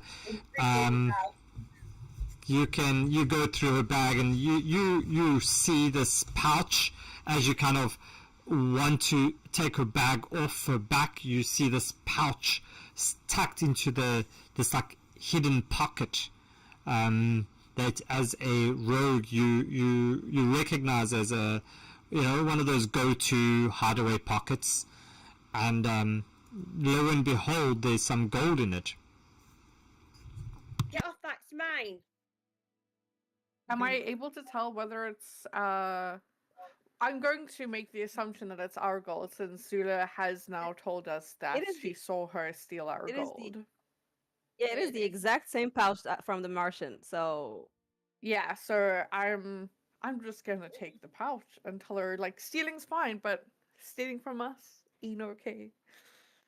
Give me that back. I need it. What do you need it for? Why? Things. what sort There's of things? Being vague about it isn't going to make us give you it back. Why should I tell you? It's our money. We can just walk away happily. Can you get off me now, please? I look at Nox. Should I let go? We've got our coin. We can. That's all I cared about. All right. I politely let go. I apologize. Thank you for cooperating. Thank you for cooperating. Right, could I examine that greatsword I got out of the bar? You can examine that. So roll me a investigation check on that.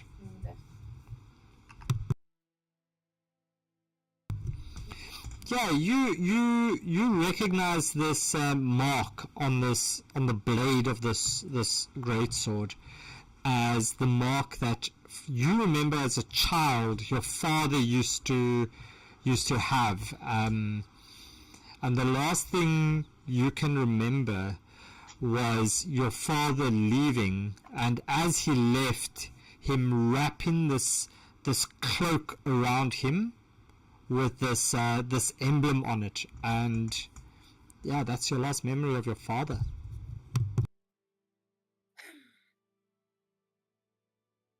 Can I just say something underneath my breath? I don't know if anybody can hear it. I was like, I'm like, father? I don't know if anybody can hear that. Trix can hear it. He has big ears. Yeah. And as also Zula, since she did the perception check earlier and recognized that Seraphine recognized that mark, she's paying like extreme close attention to her to see if like I think I might even want to secretly share that with either Trix or Invoker, whoever could have something like to help us gauge her memory or like her mind, understand why these people that attacked us had a weapon with a symbol she recognized. Invoker says, I could ask her. The only mind that matters is mine. All else is redundant. Yeah, I figure you would say that. Let me try Trix. I unfortunately, reading minds and whatnot is outside of my current purview. Or maybe you could like ask her to see her weapon so that you might have any like idea of what the symbol is. Maybe. Yeah. First, Trix is going to cast Prestidigitation twice in rapid succession on right near Seraphine. The first one is going to sound like a fart, and the second one is going to be a bad odor. And he's going to twitch his nose and says, "Well, she smells like a thief." Oh my god, I love that. Yeah. And since he heard her speaking under her breath, he's going to ask her, "That sword reminds you of your father?" I'm gonna reply. The last time I saw him, before he left me, was this symbol.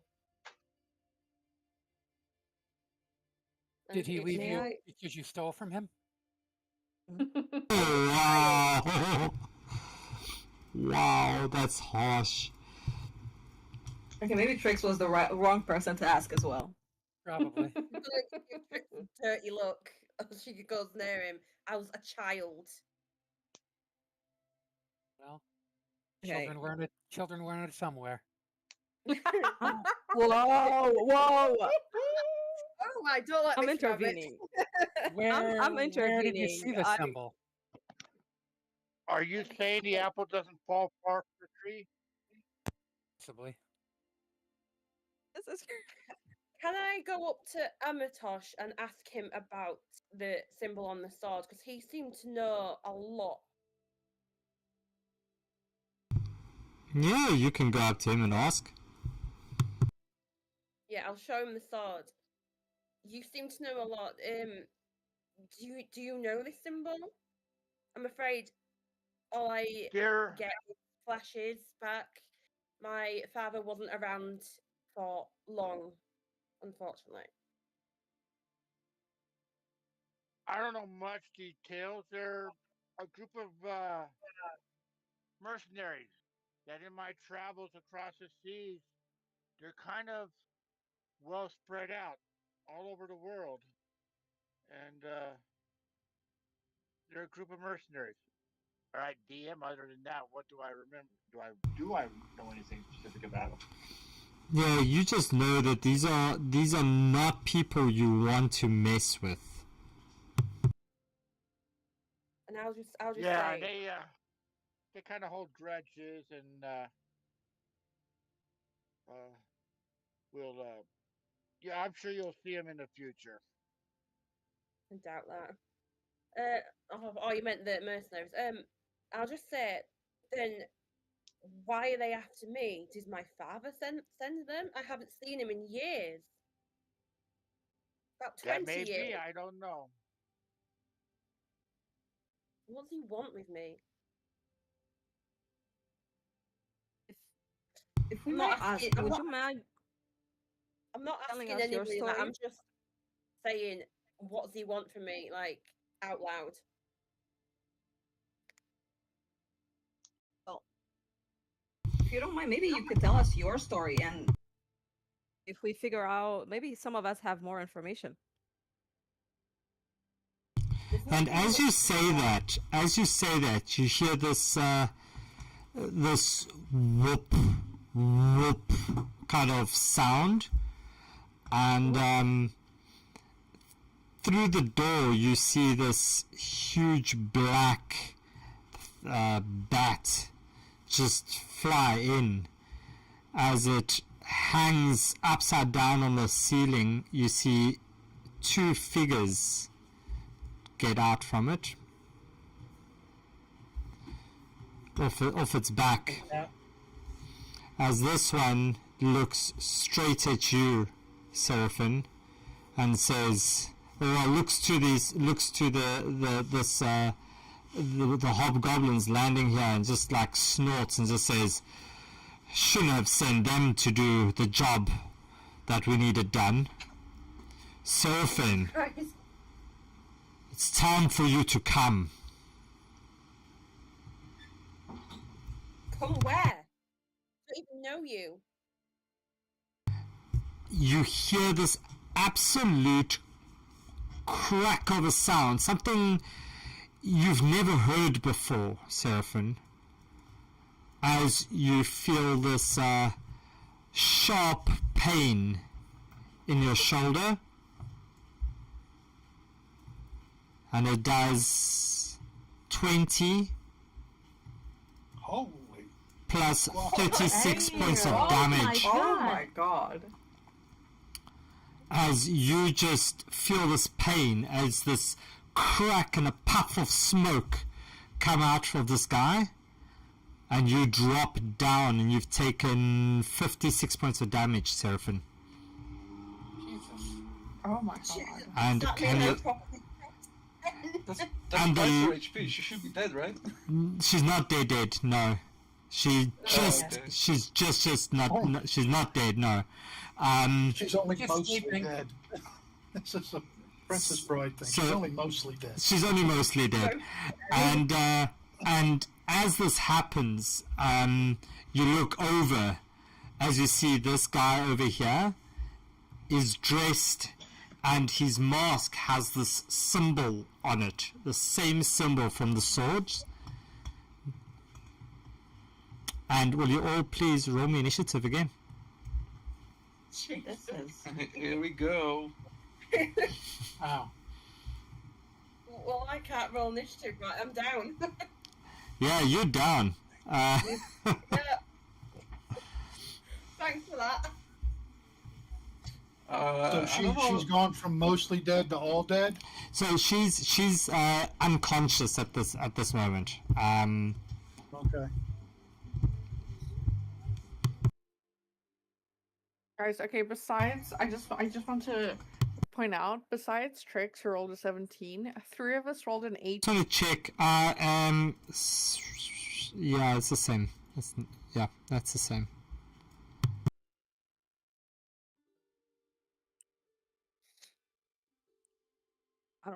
I don't know, on the 18 team, who do you guys want to go first?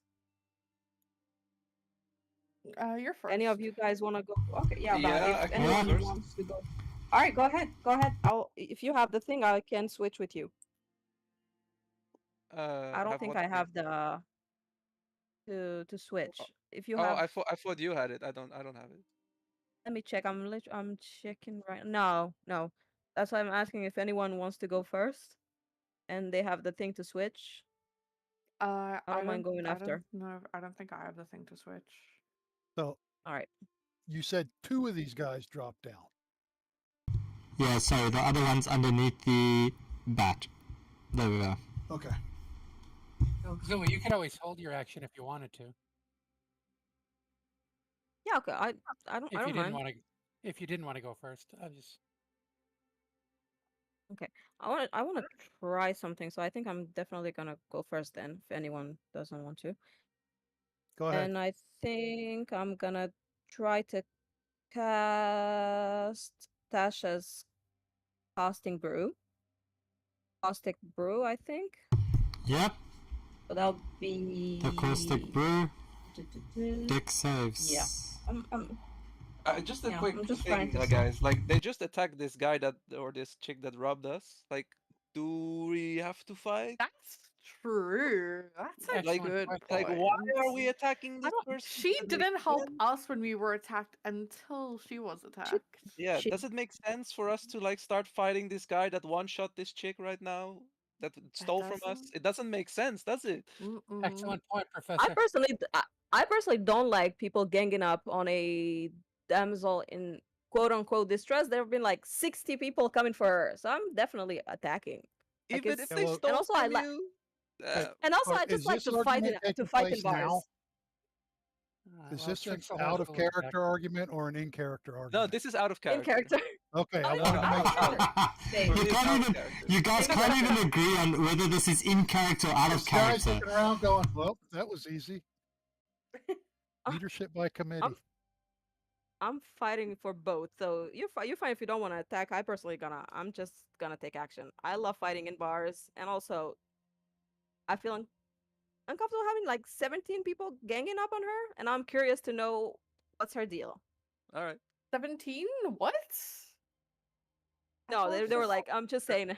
Remember, if he just takes the exaggerating. body, he takes your 1,000 some odd gold too. Oh no, we have the money back. We've taken the gold off of took her it already. Are I don't we very actually well out of what comes initiative with our and gold. free to do stuff? Or are we in initiative? We're in initiative. Yeah, we're in initiative. We are definitely initiative. Whether you attack or not is on your it's your choice. But yeah, you're all in initiative. So Zula, you throw this steam, this stream of acid straight towards them. I'm just. Yeah. So you throw it I've down. never used it. I'm just trying to see what it does. Yeah. 100. For No a worries. point on it. So on your area of effects, 12. you go to a line and it's acid, and we said it's how? What's the distance? 30 feet. 30 feet of thing. So 30 feet there's long, Me 5 feet and wide. them. Yeah. so there's your line. Where you putting your line? It's starting from me all the way 30 feet. If I could Something like that. like push it a little. Yeah, that'll be perfect. And they have to do Dex 12. I just wanted to use this. I've never got to use it. Now you did. 12, and it's 4 points of damage. Fantastic. So we'll just roll it. The bandit, the big one, the first guy, he succeeds. The other guy succeeds. The bat fails. So the bat takes the full 4. When you just hear it screech out in pain as it just drops down to the ground and is now like lying on the ground with his wings out, you know, kind of like a dragonish kind of vibe. This guy just hops out the way, almost doesn't take, it looks like he doesn't take any damage whatsoever, and this guy takes half damage. Okay, and then I'm gonna use my movement to over here and I guess hide or like use it for cover. Okay. Are you hiding or using it as cover? Bio break. Huh? I think. Yeah. Okay, sorry, so Nox, your turn. Okay, so this person, are they like riding on this giant bat, or what's the situation there? So you look on the back of the bat, you see this 2-person saddle on the back of this huge ass bat. Okay, I'm going to... If we kill the bats, they at least can't get away quickly. Fuck. The bat doesn't have a poison pistol, though. True. You know, I'm just absolutely just trolling you so much with the extra poison damage. I know you are. This is the one with the poison pistol, right? Yeah. He's got, well, you see this like little fire stick and this little ball came out and it's makes a puff of smoke. That's what you see. Okay, I'm going to bonus action, steady aim, and fire at him. Okay.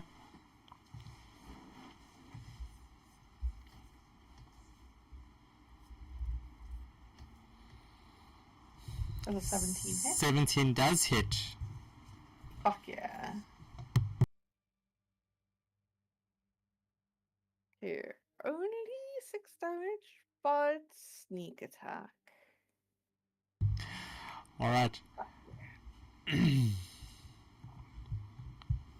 So 19 damage in total. And I will also like to apply Vex to it. Okay. And it is vexed. He's very vexed. Extremely vexed. Alright, I had my turn. Awesome. And who's next? It is... That would be me. Mr. Boo Boo. Gonna do my war cry. Whee! And I will use a luck point to attack with my short sword. Advantage. Okay. Go for it. Oh, critical hit.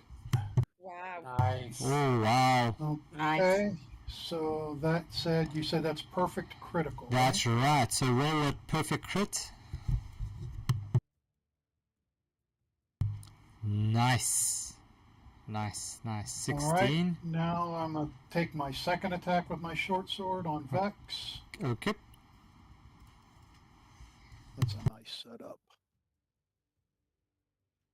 Okay, 22 hit. Yep. Well, that wasn't great, but 5. Okay. Then Nick with the dagger. Yeah. It's another advantage because it was vexed. Oh, 12 hit? No. Okay. Okay. Happy? Bonus is Divine Smite. Oh, go for it. Let's see.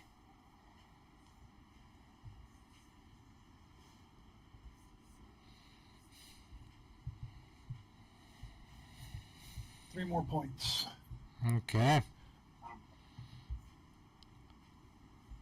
Cool. That's an unfortunate. And that's me. I'm done. Tricks, it's your turn.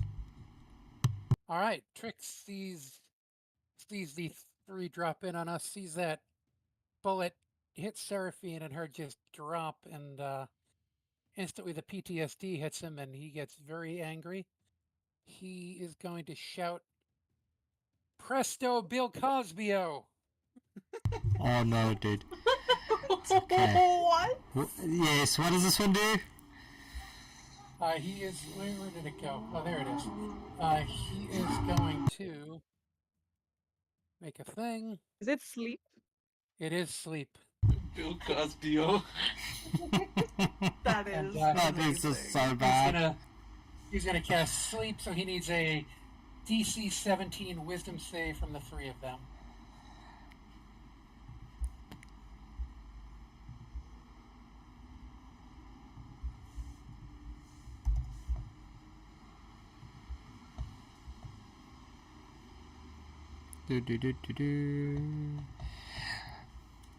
Okay, so the red one passes, but the other 2 don't. Okay, so those other 2 guys are currently incapacitated. They cannot attack, and if we don't touch them for another turn, hopefully they will go completely unconscious, and then we can take care of them one at a time. So obviously you can choose who you want to attack, but right now the red would probably be best since the other 2 are not in a position to attack us any longer. So you see this this pretty boy over here as he just looks over at you, as he just smirks. He just smirks at you, Trix. All right, well, Trix will then duck below this table as if he were a rabbit ducking back into a hat. And that's my turn. This guy just walks up as he just steps this way. He doesn't even step. He doesn't even walk up. He just kind of kicks this guy. He says, "Boss, wake up!" Damn it. I hate smart ones.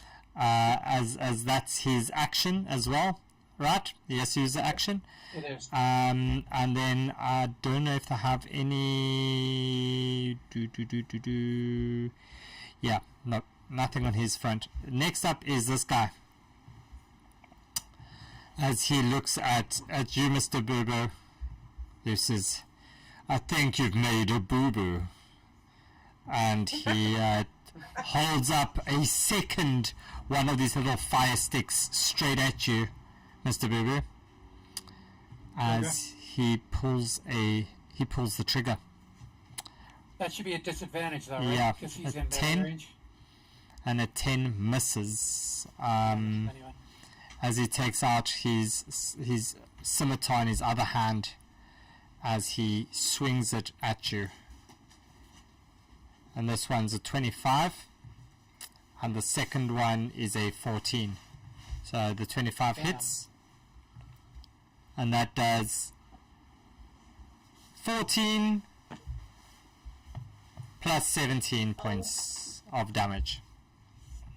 14 and 17. Yep, so 14 points of slashing damage, 17 points of poison damage. I had so much fun putting this together. I'm not gonna lie. Yeah, I'm really enjoying it. Invoker, it's your turn. So, out of character, I don't want anything to do with these guys, but in character, Invoker has to take every fight because he's an egomaniac. So, what am I gonna do here?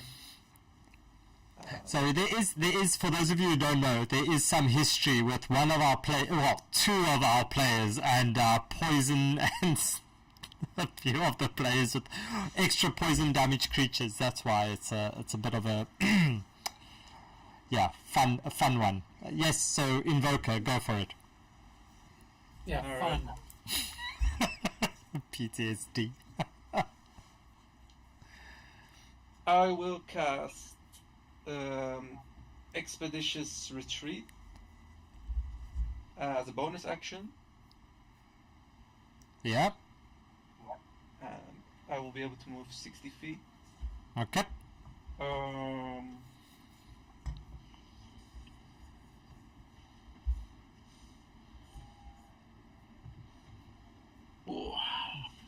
this is tough. Where do I go?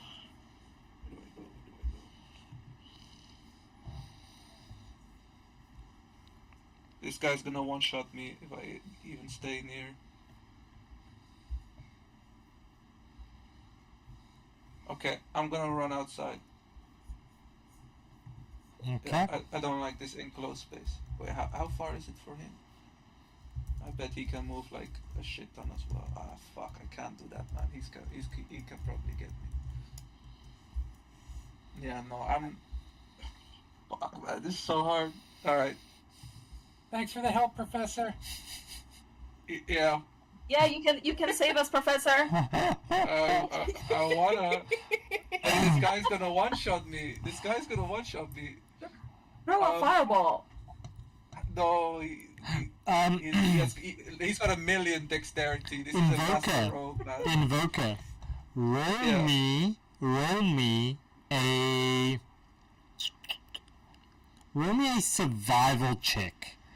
As you start to look at this guy and you start to panic, you notice... So in this case, a survival check's the same thing as a sphincter check? Something like that, yeah. So Invoker, you notice this guy had 2 pistols, 2 of these little fire sticks tucked into his belt, and he pulled out the one, and as he shot it, he kind of just tossed it. And the second one he shot at Mr. Bobo as he, as this thing, you realize that there's not much more to come from this other one either. He'll probably one-shot you with the scimitar too, Professor. Yeah, he's gonna misty step and just one-shot me with the scimitar, or he's got some shurikens in his clothes. I just don't trust this shit. I gotta get out of range. I gotta get out of sight. I gotta get out of everywhere. So what I'll do is I'll cast invisibility as well, and I will go invisible. Nice. Please toggle that on your thing, so so the rest of the party is also affected. So yeah, you go invisible. Poof, gone. And you run away like a screaming little child. No. Tactical repositioning. That's what we call it. Repositioning. Yeah, I need more information in this guy, so I'm just gonna observe what he's doing. Yeah, I'm gonna go all the way there. Yeah, that's it. And as you tactically reposition yourself, you hear this guy. He just laughs. He's, ha! That's it. Just run. We're only here for the girl. And Amatosh, it's your turn.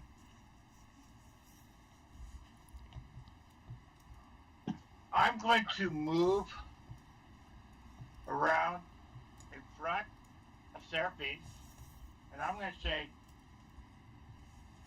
she's been charged with robbery.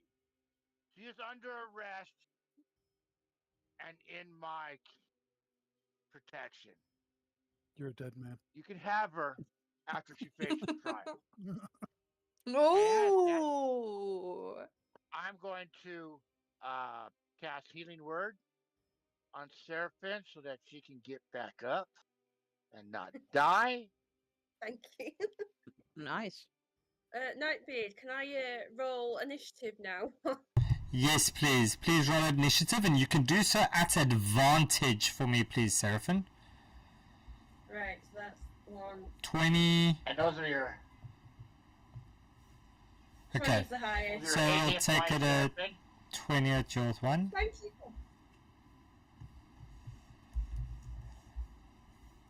And then I'm going to cast Holy Word on the Dark One.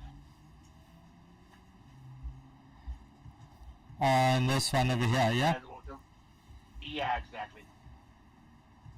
Okay.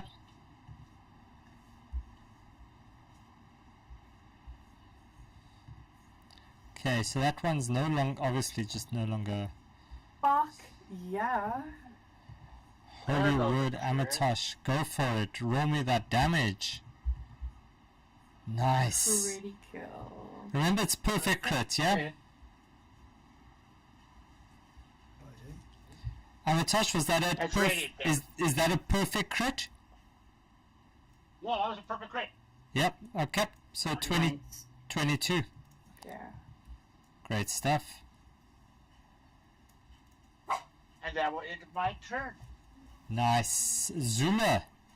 No, sorry. Amatosh, it's the big bat. He first needs to roll for a wisdom saving throw. Okay. So this bat... Bat's asleep. Yeah, you just see its arms kind of drop down flat as it lies extended out on this floor. And you hear this absolute snoring sound coming from this bat. You see little bubbles, snot bubbles come out of its nose as it falls asleep. It is unconscious. And Seraphine, it's your turn. Can I just crawl here? If I crawl, can I just reach up over and pull and do an attack with my bow on the guy who shot me? Yeah, go for it. You can roll me your attack. And has he taken any damage? Yeah, he looks like he's taken a few shots. Because I can use my Caustic Slayer as well for an extra D8. Yep. And would there be a sneak attack as well, since Mr. Bobo's there? Correct. That's Perfect. if you hit him. If I hit, yeah. Yes! That's 20. Wow, okay. So Sweet. Seraphine, perfect crit on all rollable dice. So that will include your main damage, your sneak attack, and your Colossal Slayer. Right, So all of them do at that. perfect crit, please. How do I roll a perfect crit? So you right click on the damage one, and then it will bring up an option, and you just say perfect crit and roll. Awesome. So that's that one. Was that at, yeah, okay, so that's Yeah. a 17, okay, And this is Colossal Slayer. okay, And wow, and sneak attack at perfect crit. yeah. Yeah, 'cause he didn't see that one coming. Jeez, that was, yeah, nice, nicely done. That's a lot of damage. Yeah, Awesome. freaking hell, that's I some hope it decent ended damage. because he's taken a lot of damage. How that is. Yeah, nice. Anything else, Seraphine?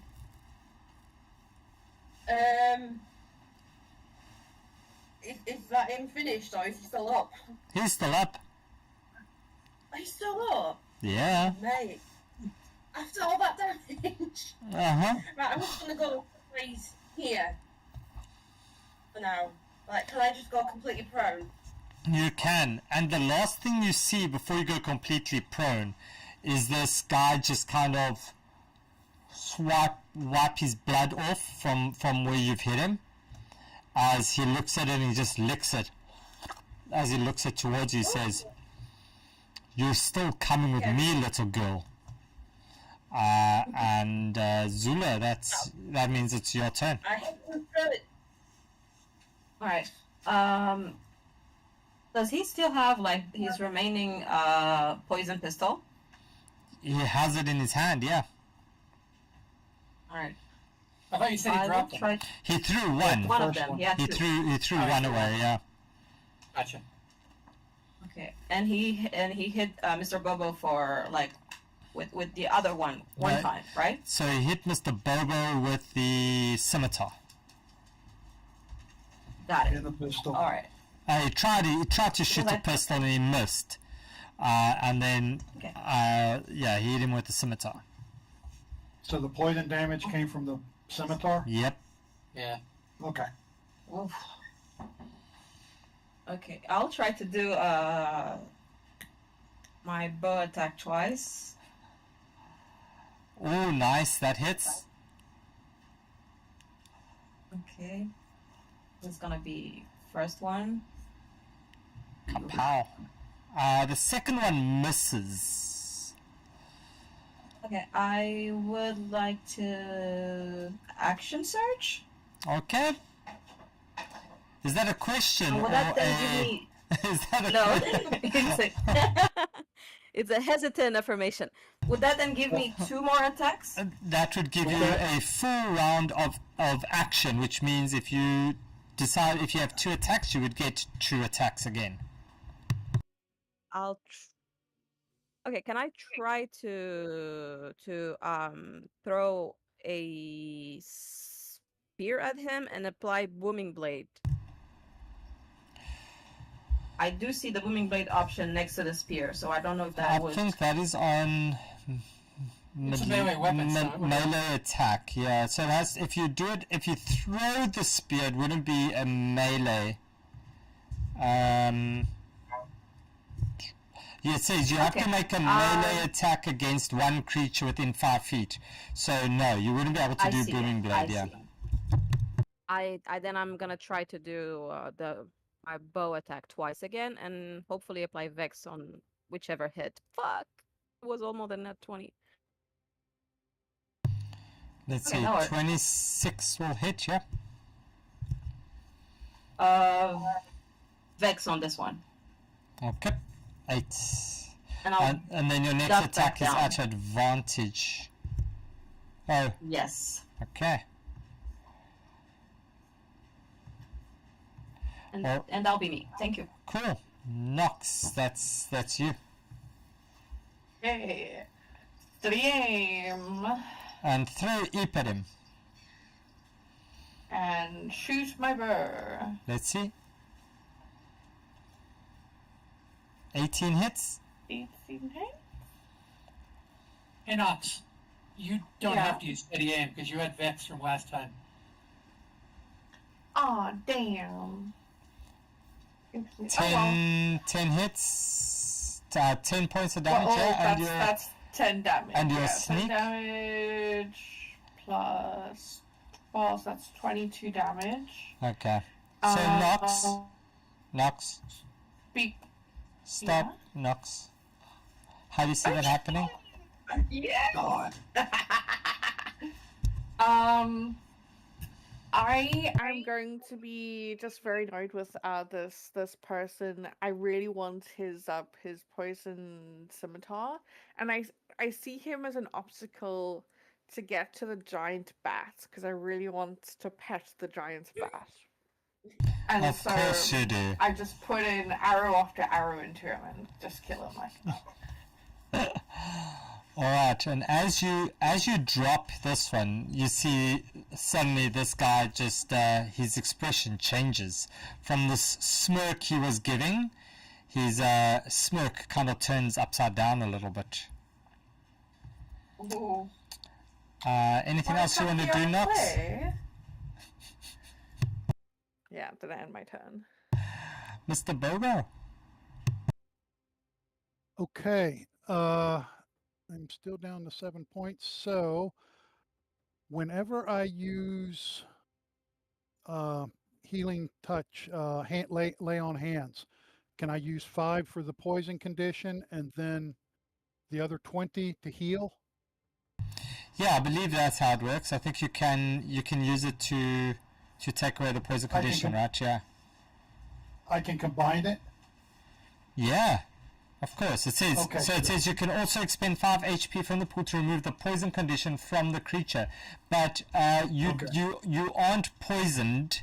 You just took poison damage. So Okay, then I'll use the lay on hands to take back 25 points. yeah, so you can be back to full health. Nice. Plus, yeah. All right, and you can do the full 30. You can be pretty much your 30, hey? So you can do the other 5 as well, because you don't have the poisoned condition. Okay, I did the whole thing. Yeah. Now I'm back up to 32. Okay. Nice. And that's the Only thing I can do this round except for a bonus, and there's nothing I can really do at this point. No, Two lay on weapon hands is a fighting. bonus action. Yeah, it is bonus action. lay on hands. Yeah. Oh, okay. Well then, I'll go ahead and make my attack. On the guy in red. I did not know that. I thought that was. So then we'll go short sword. Does it hit? I love that this little guy is just leading the charge. Yeah, 21 hits.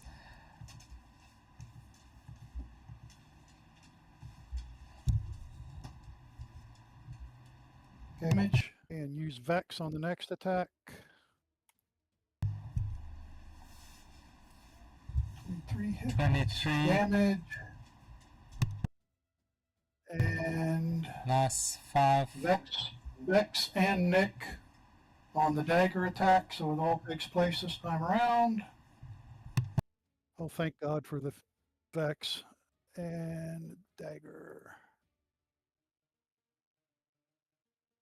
Thank you very much. Awesome.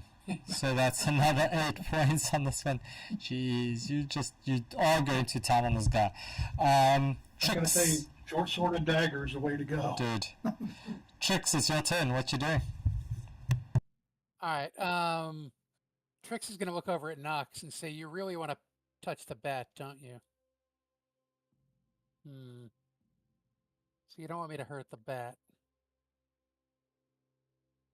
DM, if I drop that there, could I avoid hurting the bat? So by your guys' previous rulings, no. So that would still hit the bat. I mean, Nox can still pet the bat when she's dead. Yeah, you can still pet a dead bat. You can stuff it. I know, I just thought maybe she wanted to try Mr. to... Bobo, as you hear, Oh, of course I do. as you hear Surviving Nox, is more important. as you hear Nox say, you can definitely stuff it. Can you roll me a wisdom saving throw, please? Oh, no. Bobo? Yeah, Bobo, you. 7. Yeah, you hear her say this, and you a little bit offended, and you go into a temporary rage. So anything that you do additional will do an additional rage damage as well. Because you what are is now that? super pissed. How dare she say something about that? Not everything can be stuffed. What's an additional? What do I roll for So, rage damage? so it's just an additional. I'll give you an additional 2 points of damage on any any physical melee attack. Okay. He is offended. He is offended. All right, since I don't want to blow up the bat, I'm just gonna fire a crossbow using True Strike. I'm gonna have Hooter buzz him first and buzz around his head, then fly back toward me. Okay. And I'm going to fire off my crossbow with the power of magic. Nice. 28 will do. 28 will hit? Yeah, that Alright. should hit. And it's going to do 8 damage Nice. to him. And I will just duck down back behind the table. I won't go anywhere else. Okay. Yeah. So it's this one's turn as he reaches in to his pocket, and you see him pull out a little fire stick. Just one. Oh. Just one. And this one is going to go to Zula. Zula, Yeah. kapow, and it goes 12. Hold and on. It, yeah? Misses. It misses as he takes his scimitar and just smacks Mr. Bobo. 19. And that does Yes, he hit. that does 5 points of slashing damage. And as he slices you open, you see this little he just does a mixture. You just see this little puffy cloud-like thing, Zula, at this little Mr. Bobo. There's this like little white stuffing on the inside that you see being exposed there. Invoker. Okay, you didn't knock out my squeaker, right? My squeaker's still in there. Your squeaker's still in there. Invoker, it's your turn. So cute.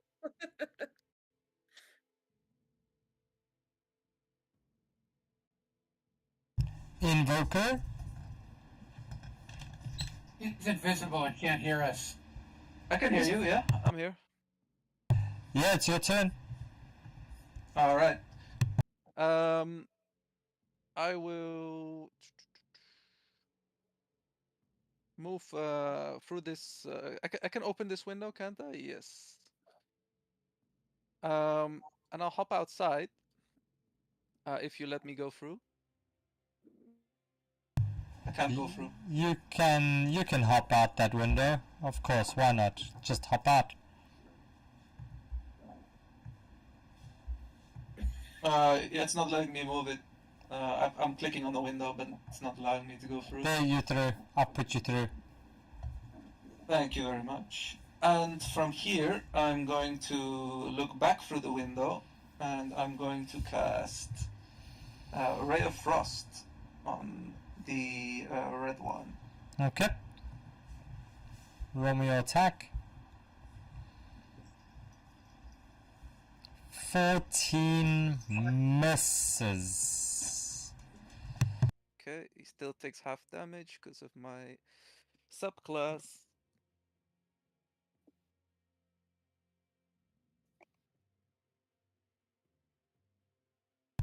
Okay. And then I will remove the invis. I can't remove the conditions on my own. You're gonna have to do that for me. And then if I crouch, will I be behind total cover? Yeah, you're pretty much just gone. You like outside. Yeah. Okay. Then that'll be my turn. Cool. Amatosh, it's your turn.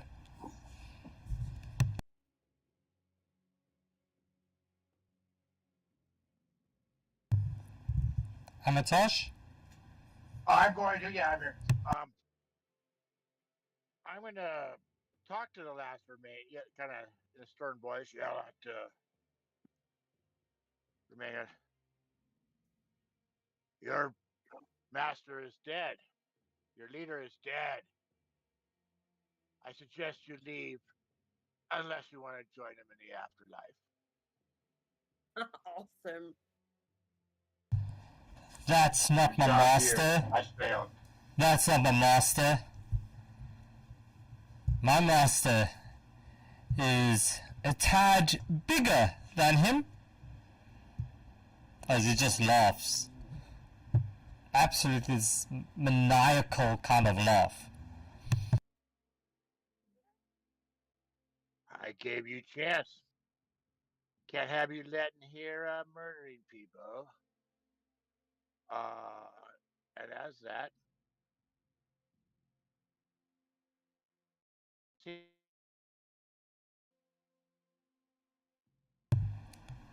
Alright, so yeah, so Hollywood. Alright, and 15. Yeah, that hits.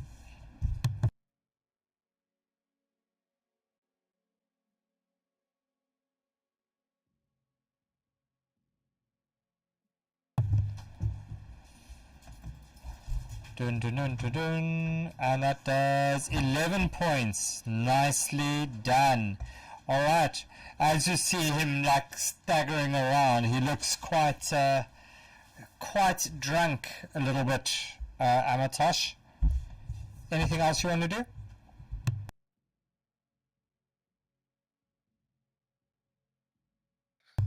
Nope, I'm satisfied just now. Awesome. What goes on? The bat is still snoring. And Seraphim, it's your turn. So I'm gonna get up and go here and use my bow on the red dude. Doo-doo-doo-doo. And you take a shot at him. A 13's gonna miss.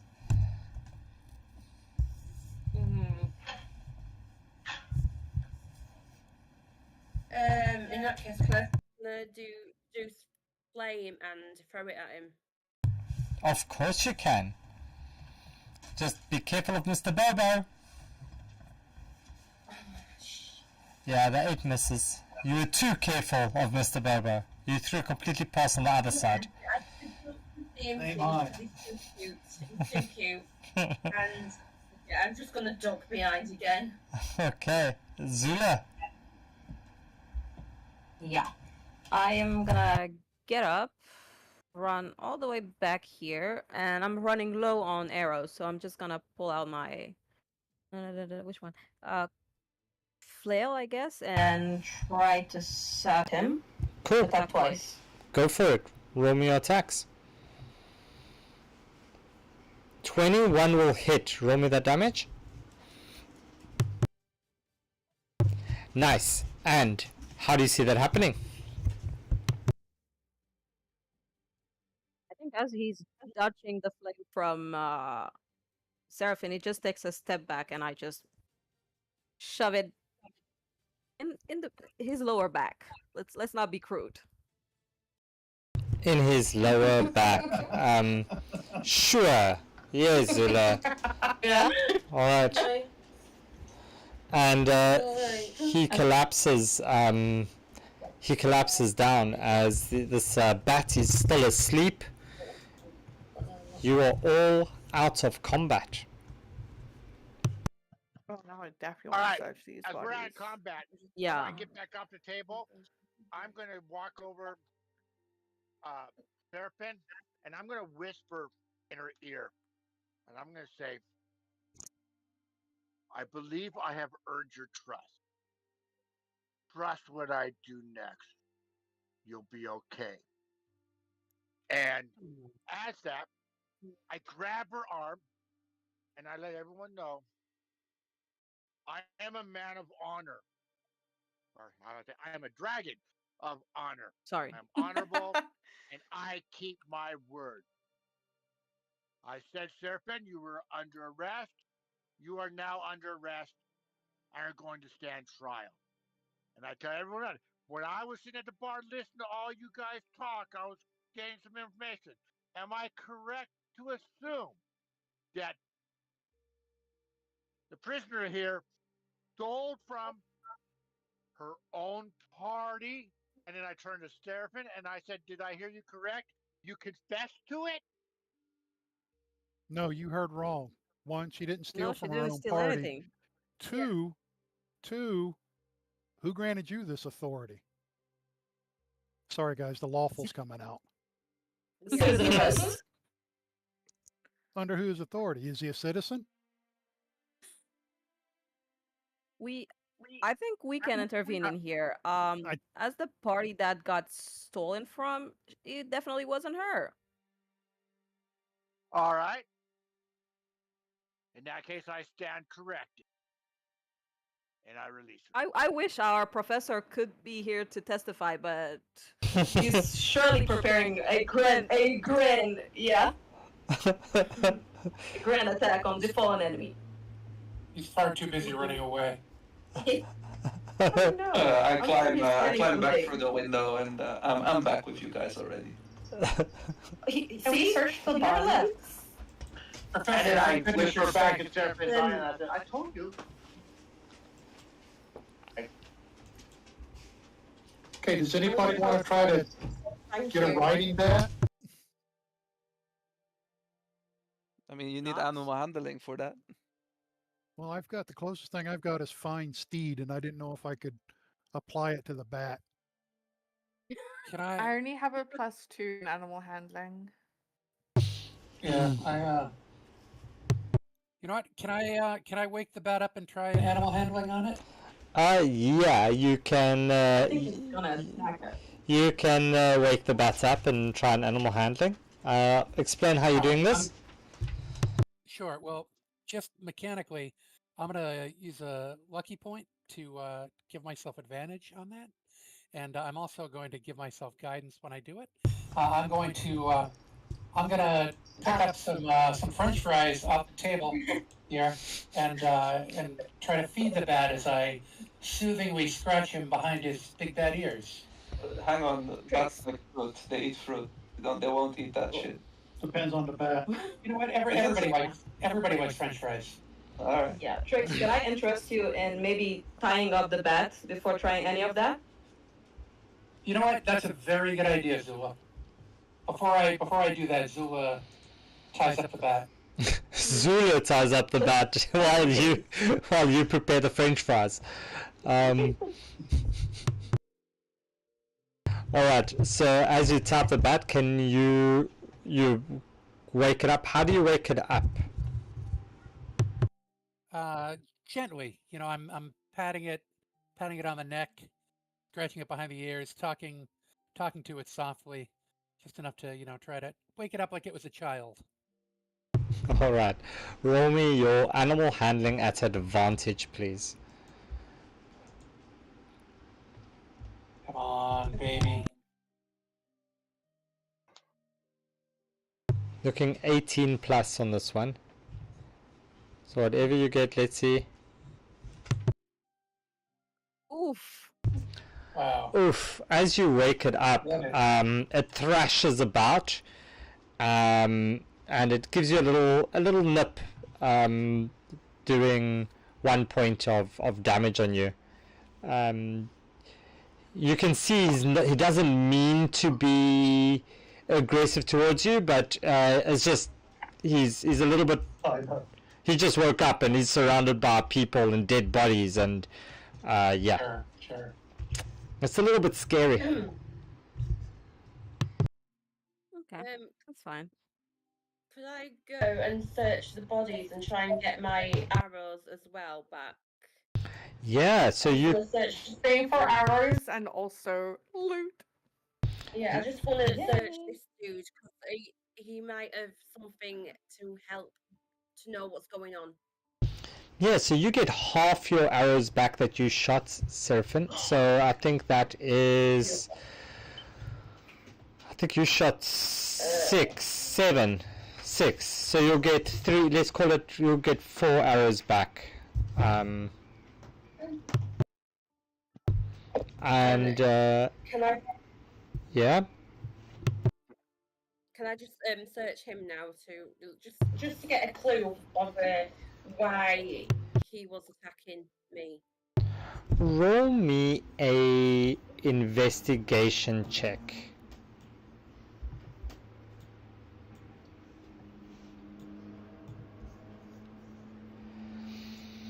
Yeah, so you search and you find in one of his pockets, like the satchel on the side of his belt, you open it and you find this this painting of you in excruciating detail, Seraphim. Wow.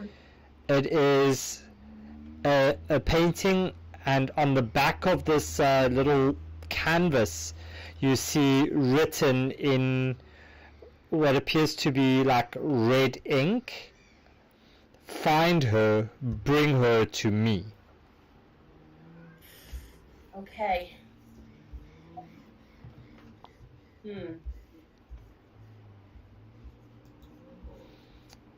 Also, can I cure myself?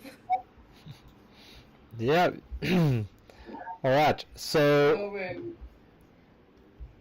the bat is kind of thrashing about on the floor over here. Would the party be okay if I took him outside and let him go? Let him go. Yeah, I don't feel like we should let it go, because if he comes back without its rider, it gives us away. Yeah. So was either my we one befriend concern, it or so- you let me deal with it in the Well, back. then let me try an animal handling check. All right, cool.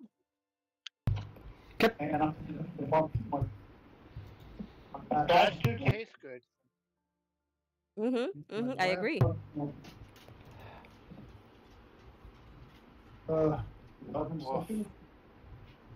Yeah, Mr. Bobo kind of calms it down a little bit as it looks at you, but it's very, very cautious of the party. We are not good with animals. As I'm trying to hide a little bit, I also want to try an animal handling. So I think maybe like someone else could try, and we could all like try to give the help action. Yeah, I don't know. I'll help. Yeah. Okay, that'll be fantastic. I only have 2, so if anybody has like better than that, I've got 2. I would love to give help. I'm Oh, also right. just +2. Okay, that's a new one Okay. on me. How do you give a help action? So the help action, Just like- yeah, gives advantage on a skill check. I'm also gonna apply guidance. To anyone who, to whoever is I'll- able to do Okay, it. so roll me your last animal handling. At advantage with your guidance, you're looking, because this is now the third one, you're looking at a DC 20 on your animal handling. Oof. We believe. As you say that you hear you swear you hear a dog barking in the background. Maybe the remnants of a Mr. Wobblepup's tickle ray. You're not quite sure. That's my animal handling guidance. The dog barking. Yeah. I swear, every time I say that, there we go. Every time I say animal handling, he barks. It's the funniest thing. All right, so who's rolling? I think Zula, I right? think- Oh, me? Okay. You had a +2, you said, right? Yeah, I thought. I think you might be the highest. No, I've only got a +1. You're probably the highest. Yeah. And a D4, is even with the 4, you're not going to make it. So As a matter of fact, can I apply my tactical Oh, skill shit. check, or is that only on attacks? It's ability checks. Yeah, it's ability checks. yeah, you can apply that. Let's see. And I'll take the D4 as well. Okay, let's see. We'll give you a chance. Go for it. A D4. Alright. Okay, so that's 16. 17. It's not meant to be. As you kind of guide this bat outdoors, Zula, you see it kind of stand up and it flutters away, and it's gone. If it was Mr. Wobblepuff, like it would have been so like great. But I hate that. All right. As it flies away, can I make a quick little perception check just to see if anybody else is like maybe lurking around and we need to pack up? You can make a perception, yeah. Still advantage? I think it's still under an hour. Yep. Still under an hour for sure. Okay. 20. You don't see anybody besides a whole bunch of people rushing with buckets, as they must have seen the smoke coming out here. And you notice the bat fly in a northern direction. As you watch it fly away, you see it turn and fly north. Can I ascertain what time is it? It is pretty much like midday-ish. Okay. I report all of that. So, and I suggest we pack up and leave. We do have free Yeah, I rooms, think we loot bodies and we leave. Yes. All right. All right, so We it's, have to use our free rooms in this place that smells like a barbecue slaughterhouse. smells like a good old Chisanyama, this place. Cool. I didn't find anything. Lovely. Yeah. You know what? I'll try to check the bodies too, just for Okay. just for tricks and giggles. Someone needs to get Alright. that poison scimitar for Zula. Oh, yes. 13. All right. And who else is searching? I was. Can I do another check as well? Yeah, go for it. And you can use. They're also the poison ones. Wow. Okay. So That's amazing. Zula, Yeah. 7. Okay, so each of the 13, you find all 3 of the pistols that were used, and yeah, you've got those pistols, but you don't have any ammo for them. Guys, would you mind? I'm Trix actually started out as an artificer, so I have proficiency with pistols. Could I take one of them? You can take mine. Yeah. So, good news on that. Good news on that. If you wait 2 months, well, a month and a half or something like that, you'll be able to officially multi-class into the Artificer with the new Artificer things, because I bought the book for it. So when that gets released, you'll be able to officially be able to do that. So that's coming. It's coming. Tricks. Well, Trix has a level of the old artificer. Yeah, so He's we'll not taking any more. He's just got the, yeah, so we'll change that. We'll change that over when the new one comes to the new new rules. But Awesome. But that's it. So I'm trying things here, and we'll see. I'm not a fan of guns, but I decided we'll play with some of them and see how it goes. What should I put that into my inventory as? Pistol.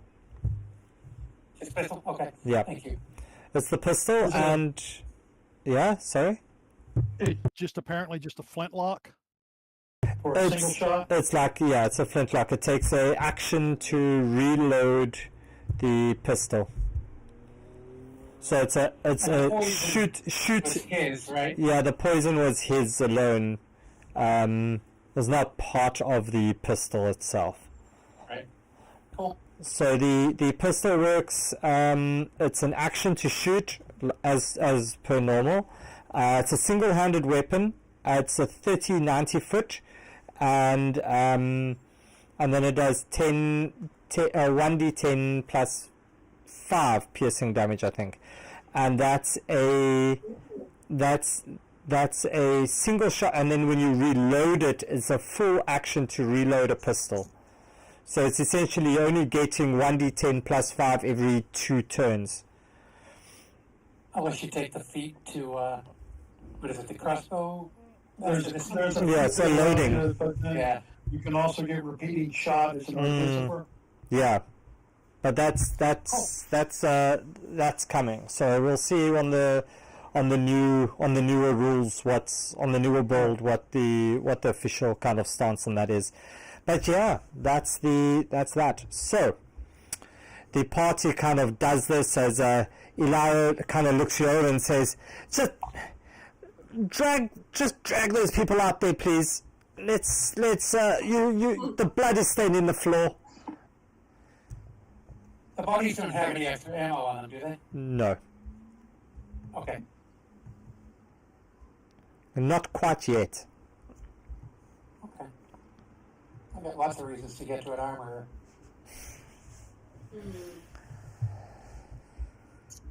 Can I ask Invoker, what was the deal on the rest of the money? Like, when are we supposed to get that? Good question. I think the courier was halfway his message before he got taken out by these bandits. So we will have to return to the magic shop and see where the remaining 7,000 gold pieces are. Should we I go just- now then? Yes, I think that's a good course of action.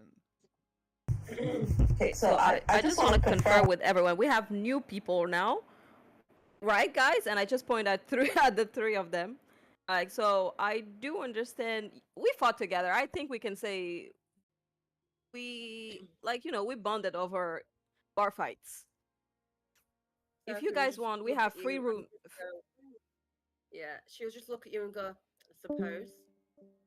Yep, we have free rooms here. You can Maybe- use them. We're just Yeah, gonna grab maybe some you more can money and be help- back. Crick Maybe you nudges can you. help me figure out. He says, "I don't like the looks of the little one." Whoa. Whoa. We stick together. Wow. Short That's people, fine. like small, yeah. If you say Small so. people stick together. All right. Sarah, So what were you saying? So sorry. yeah, go for it. We travel. I was saying maybe you can help me figure out why now my estranged father wants to see me dead, it seems. Are you sure these guys are being sent by your father? Positive. I was only little when I saw this symbol, but it is his symbol. When was the last time you communicated with your father? 20 years ago. He has Can not you- he do has you- not with me anymore. He left me alone with a burning corpse of my mother. Whoa. Do you mind telling us his name by any chance? I forget his name. Dad. I called him Dad. I thought that name outside You're a little of kid. You 20 probably only knew Dad. Yeah. I was only 5 years old when this happened, unfortunately. Well then, And I If- do not wish to know him. But it seems he wants me back in his life for some reason.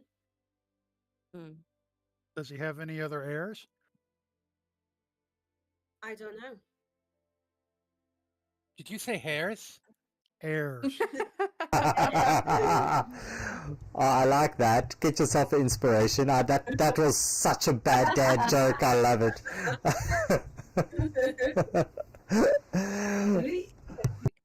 as we're like going to town, can we try to sketch up like the symbol that Seraphim is talking about? And as we are, I guess, Well, going I've to got the town, try sword to with it like, on. I can yeah. show you the swords with the symbol. I'll show all of you the symbol. That'll be great. All right. Sketch it out quickly. Well, once we see it, I can use minor illusion in the future to make it too if we need to show it to other people. Fantastic. Cool. So you now see this, and you've got it, and that's all. That's all good. You realize what it is, and you look at it, and it's all done.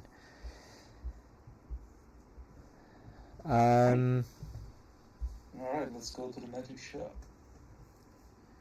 The magic shop. Don't forget we need to deliver the fabric too. I do have half of the money, so I'm gonna buy some equipment on Invoker's Tap. I'm Alright. low on arrows. So here's the drooping wand is over here. Oh Christ. Where am I? Sorry. So you're up. The party's up this side, Seraphim, up here. And Right, and where? so I just double clicked. So I'm sorry. So the drooping wand is south around the markets. Yeah. So you go into. Sorry. Yeah. Sorry.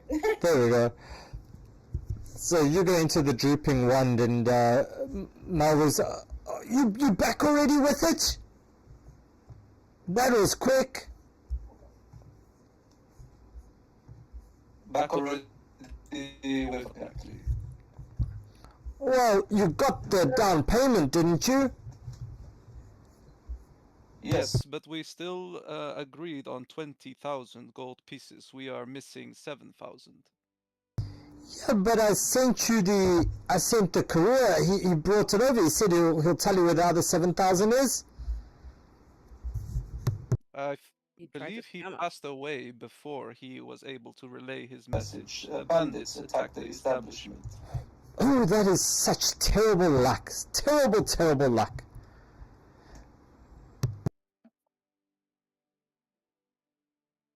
Terrible luck, but you still owe me 7,000 gold pieces.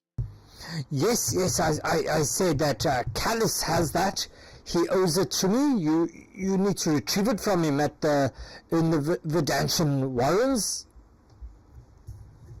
Professor, we're not doing Good business with Callus. Okay.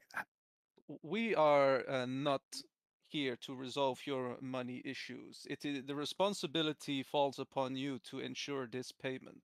Failure to do so will have to go to the magistrate and sort it out there. As he pulls out the deed of sale, he says, "Is that your signature?" Yes, it is.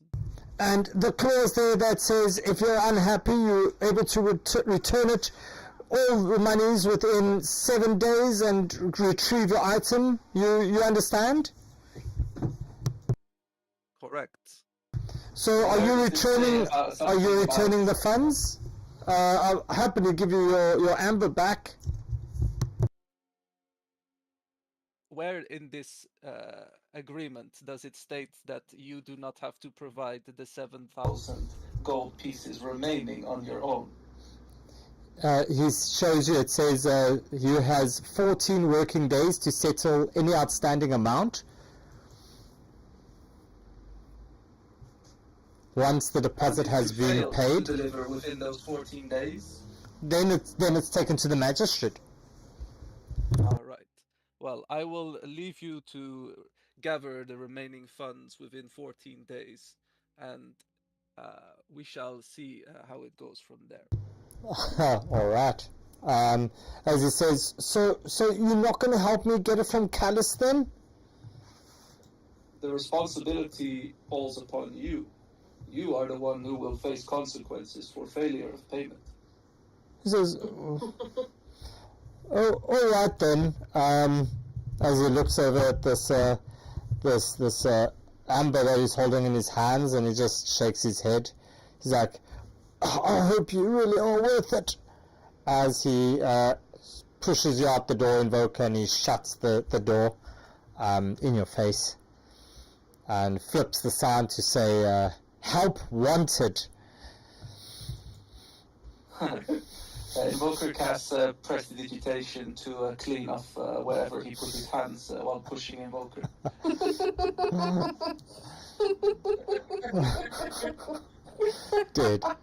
Dude, like, seriously. Like, oh, it touched me. Ew, cooties. Alright, so the drooping wand, yeah, that's now closed to you, Invoker, and the party. You remember the Fletcher was over the side, Jessica's place? Mm-hmm. Jessica Fletcher? Yeah. I think it might be necessary to... right?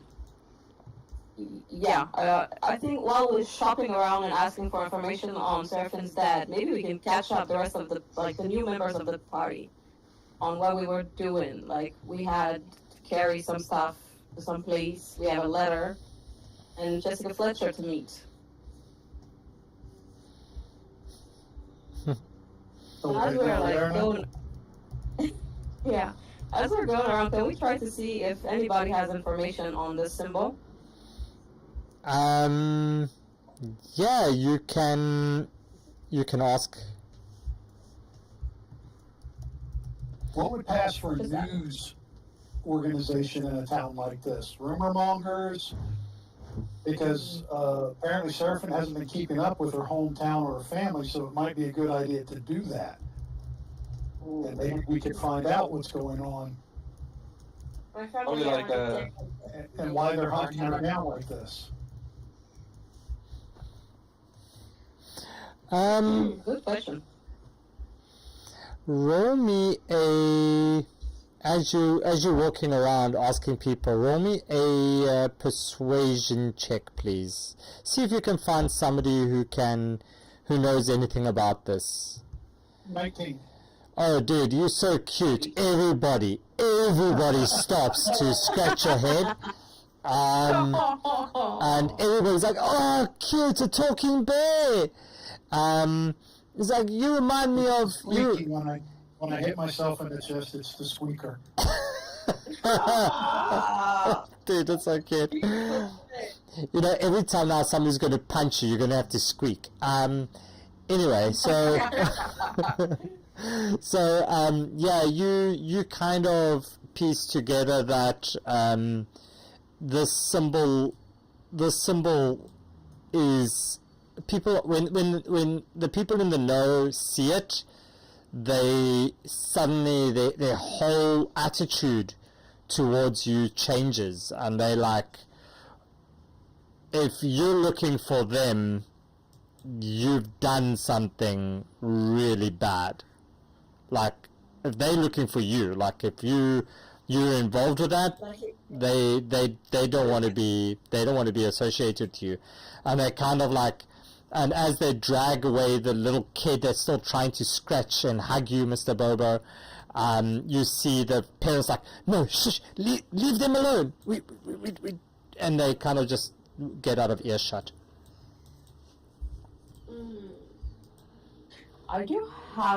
We do know an adult that lives in this city and that could maybe try to convince other people to give us information.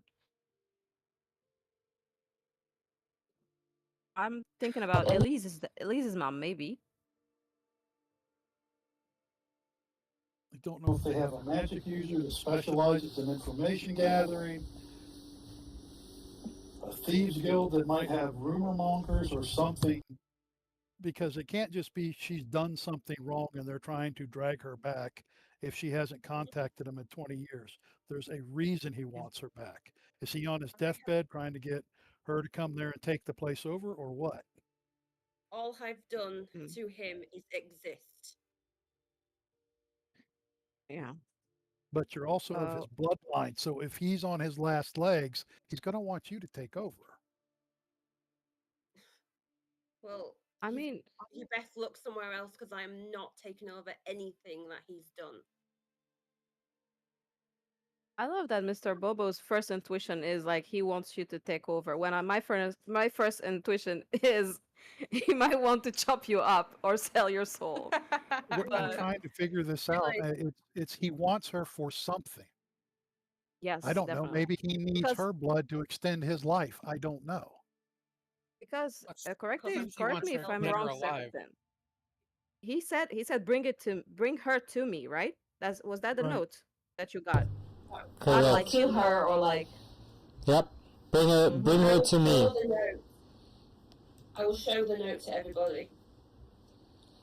Yep. So you see it on the one side is a very well painted, almost lifelike image of Seraphine, as she is now, minus the blood, and on the other side it's a bring her to me, and it says Seraphine on it.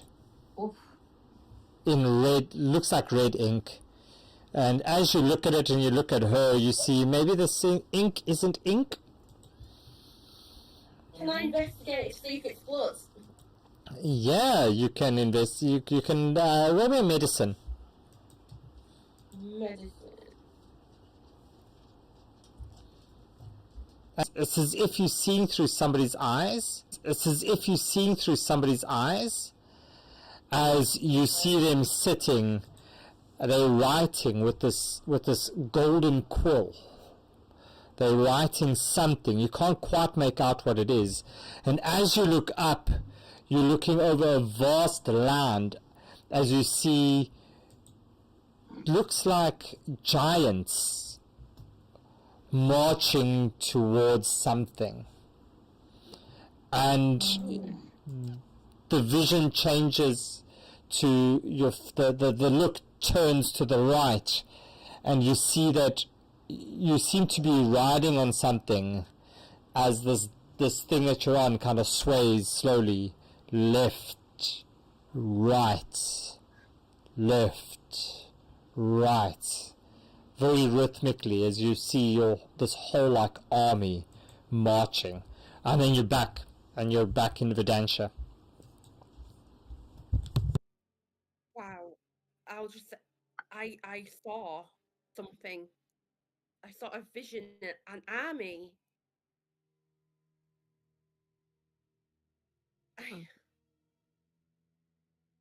What kind of army?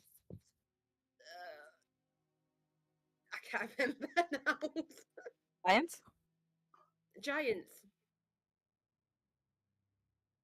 What kind of giants though? Like were they ill giants? No, I don't see giants often. Do you? You'll be surprised. Are we going to spend more time on the hallucinations of a half-elf, or shall we keep it moving? Let's. Can I just try and slap Invoke on his face? You can slap him. Go for it. I think you're not the first one who's tried. Yeah. Okay, so you slap me. So you can roll an unarmed strike. Roll an unarmed strike if you're going to try to slap him, and let's see if you can get him slapped. I'm gonna do that. Right, there you go. Yeah, Invoker. Anything you want to do? You see this slap coming towards you. You see Zula just suddenly turn and walk away. Yeah. Can I roll damage for that? Yeah, you do 1 damage. You just do a solid, just a 1 damage on Invoker. Rick steps up and says to Seraphine, if you're going to be slapping the professor over this, you're going to be slapping the professor every day. It's not worth it. Yeah. Invoker brushes the area of his face where she slapped him, and he wriggles his arms so that his sleeves come down, his wizard sleeves come down to his elbows, and he says, "If it is a duel you wish, then I will be happy to oblige you, little half-elf." Oh, said it again. She'll just walk away now, just try to calm down. Like maybe wash her hair in place. As you do this, you walk past the pond and you see Eep just happily taking a little swim in the fountain over here. Yeah, Invoker will cast prestidigitation on his face and remove whatever dirty stains Seraphine left. Wow, you got this blood-stained print on your face, and you just prestidigitation it away. It's gone. Like professor and says, "See, she's afraid of you. You're the man." This fountain, I like blood off my everywhere on the fountain. All right. So as you guys all gather around this fountain, deciding what to do next, this is where we will leave today's session. I think it's been a good little intro to some of the backstories of some of the new characters, and we've got to meet them and play around a little bit with those. So welcome to the party members, and we'll be playing again in 2 weeks. So welcome to Eldralore, everyone. Yay. Thank you for welcoming me. Okay. And sorry, yeah, I go. want to say, I missed something. Is this the same day, or did we rest? This is the same day. This is early afternoon. You spent the morning fighting these creatures in the inn, and now you've walked down to the Drooping One to find out what's happened to the rest of your gold. Or the rest of Invoker's gold, I should be very cautious to say. I don't want to upset Invokers. Apologies, sir. I did not mean to upset you. How dare I imply that this gold does not belong to you and belongs to the party? Yes, Invoker has no strong ties to this gold. It's his desires go beyond physical wealth. Alright, well, so with that being said, guys, thank you very much. We'll pick this up and actually take the storyline further in the next game. So appreciate your time, and hope you all had a fun one. Yeah. Thank you. And I'm super sorry for trolling you with extra poison damage things there, Tricks. I just had to. I had to do that. Yeah, it's all good. That was the first time you used poison damage. You killed every one of us. Mind you, it wasn't me. I do want to point you to our Terror, who was an absolute terror in that game. Yeah, she had. I love her Arcanas. So it's just a little bit. It was just a little bit. When she dies, the dice really work for her. You gave me the power, though. Damn. No, it was my fault. But I've learned from that and never again. So, anyways, guys, thanks for allowing me to troll you a little bit. I hope it was a little bit of a fun encounter. There's some interesting things coming up in some of your histories. Amatosh, if you'll send me just a little bit more of your backstory, please, so I can see how I can include that in the game itself. Other than that, folks, hope you all have a fantastic week ahead. 2 weeks for those of you who I won't see before the next Eldralore game. And yeah, that's it from my side. Cheers. We'll see you on the 20th. If you're on the stream, just stay tuned. We'll do a quick raid for a few minutes. And yeah, that's me. Cheers, guys. Bye. Bye.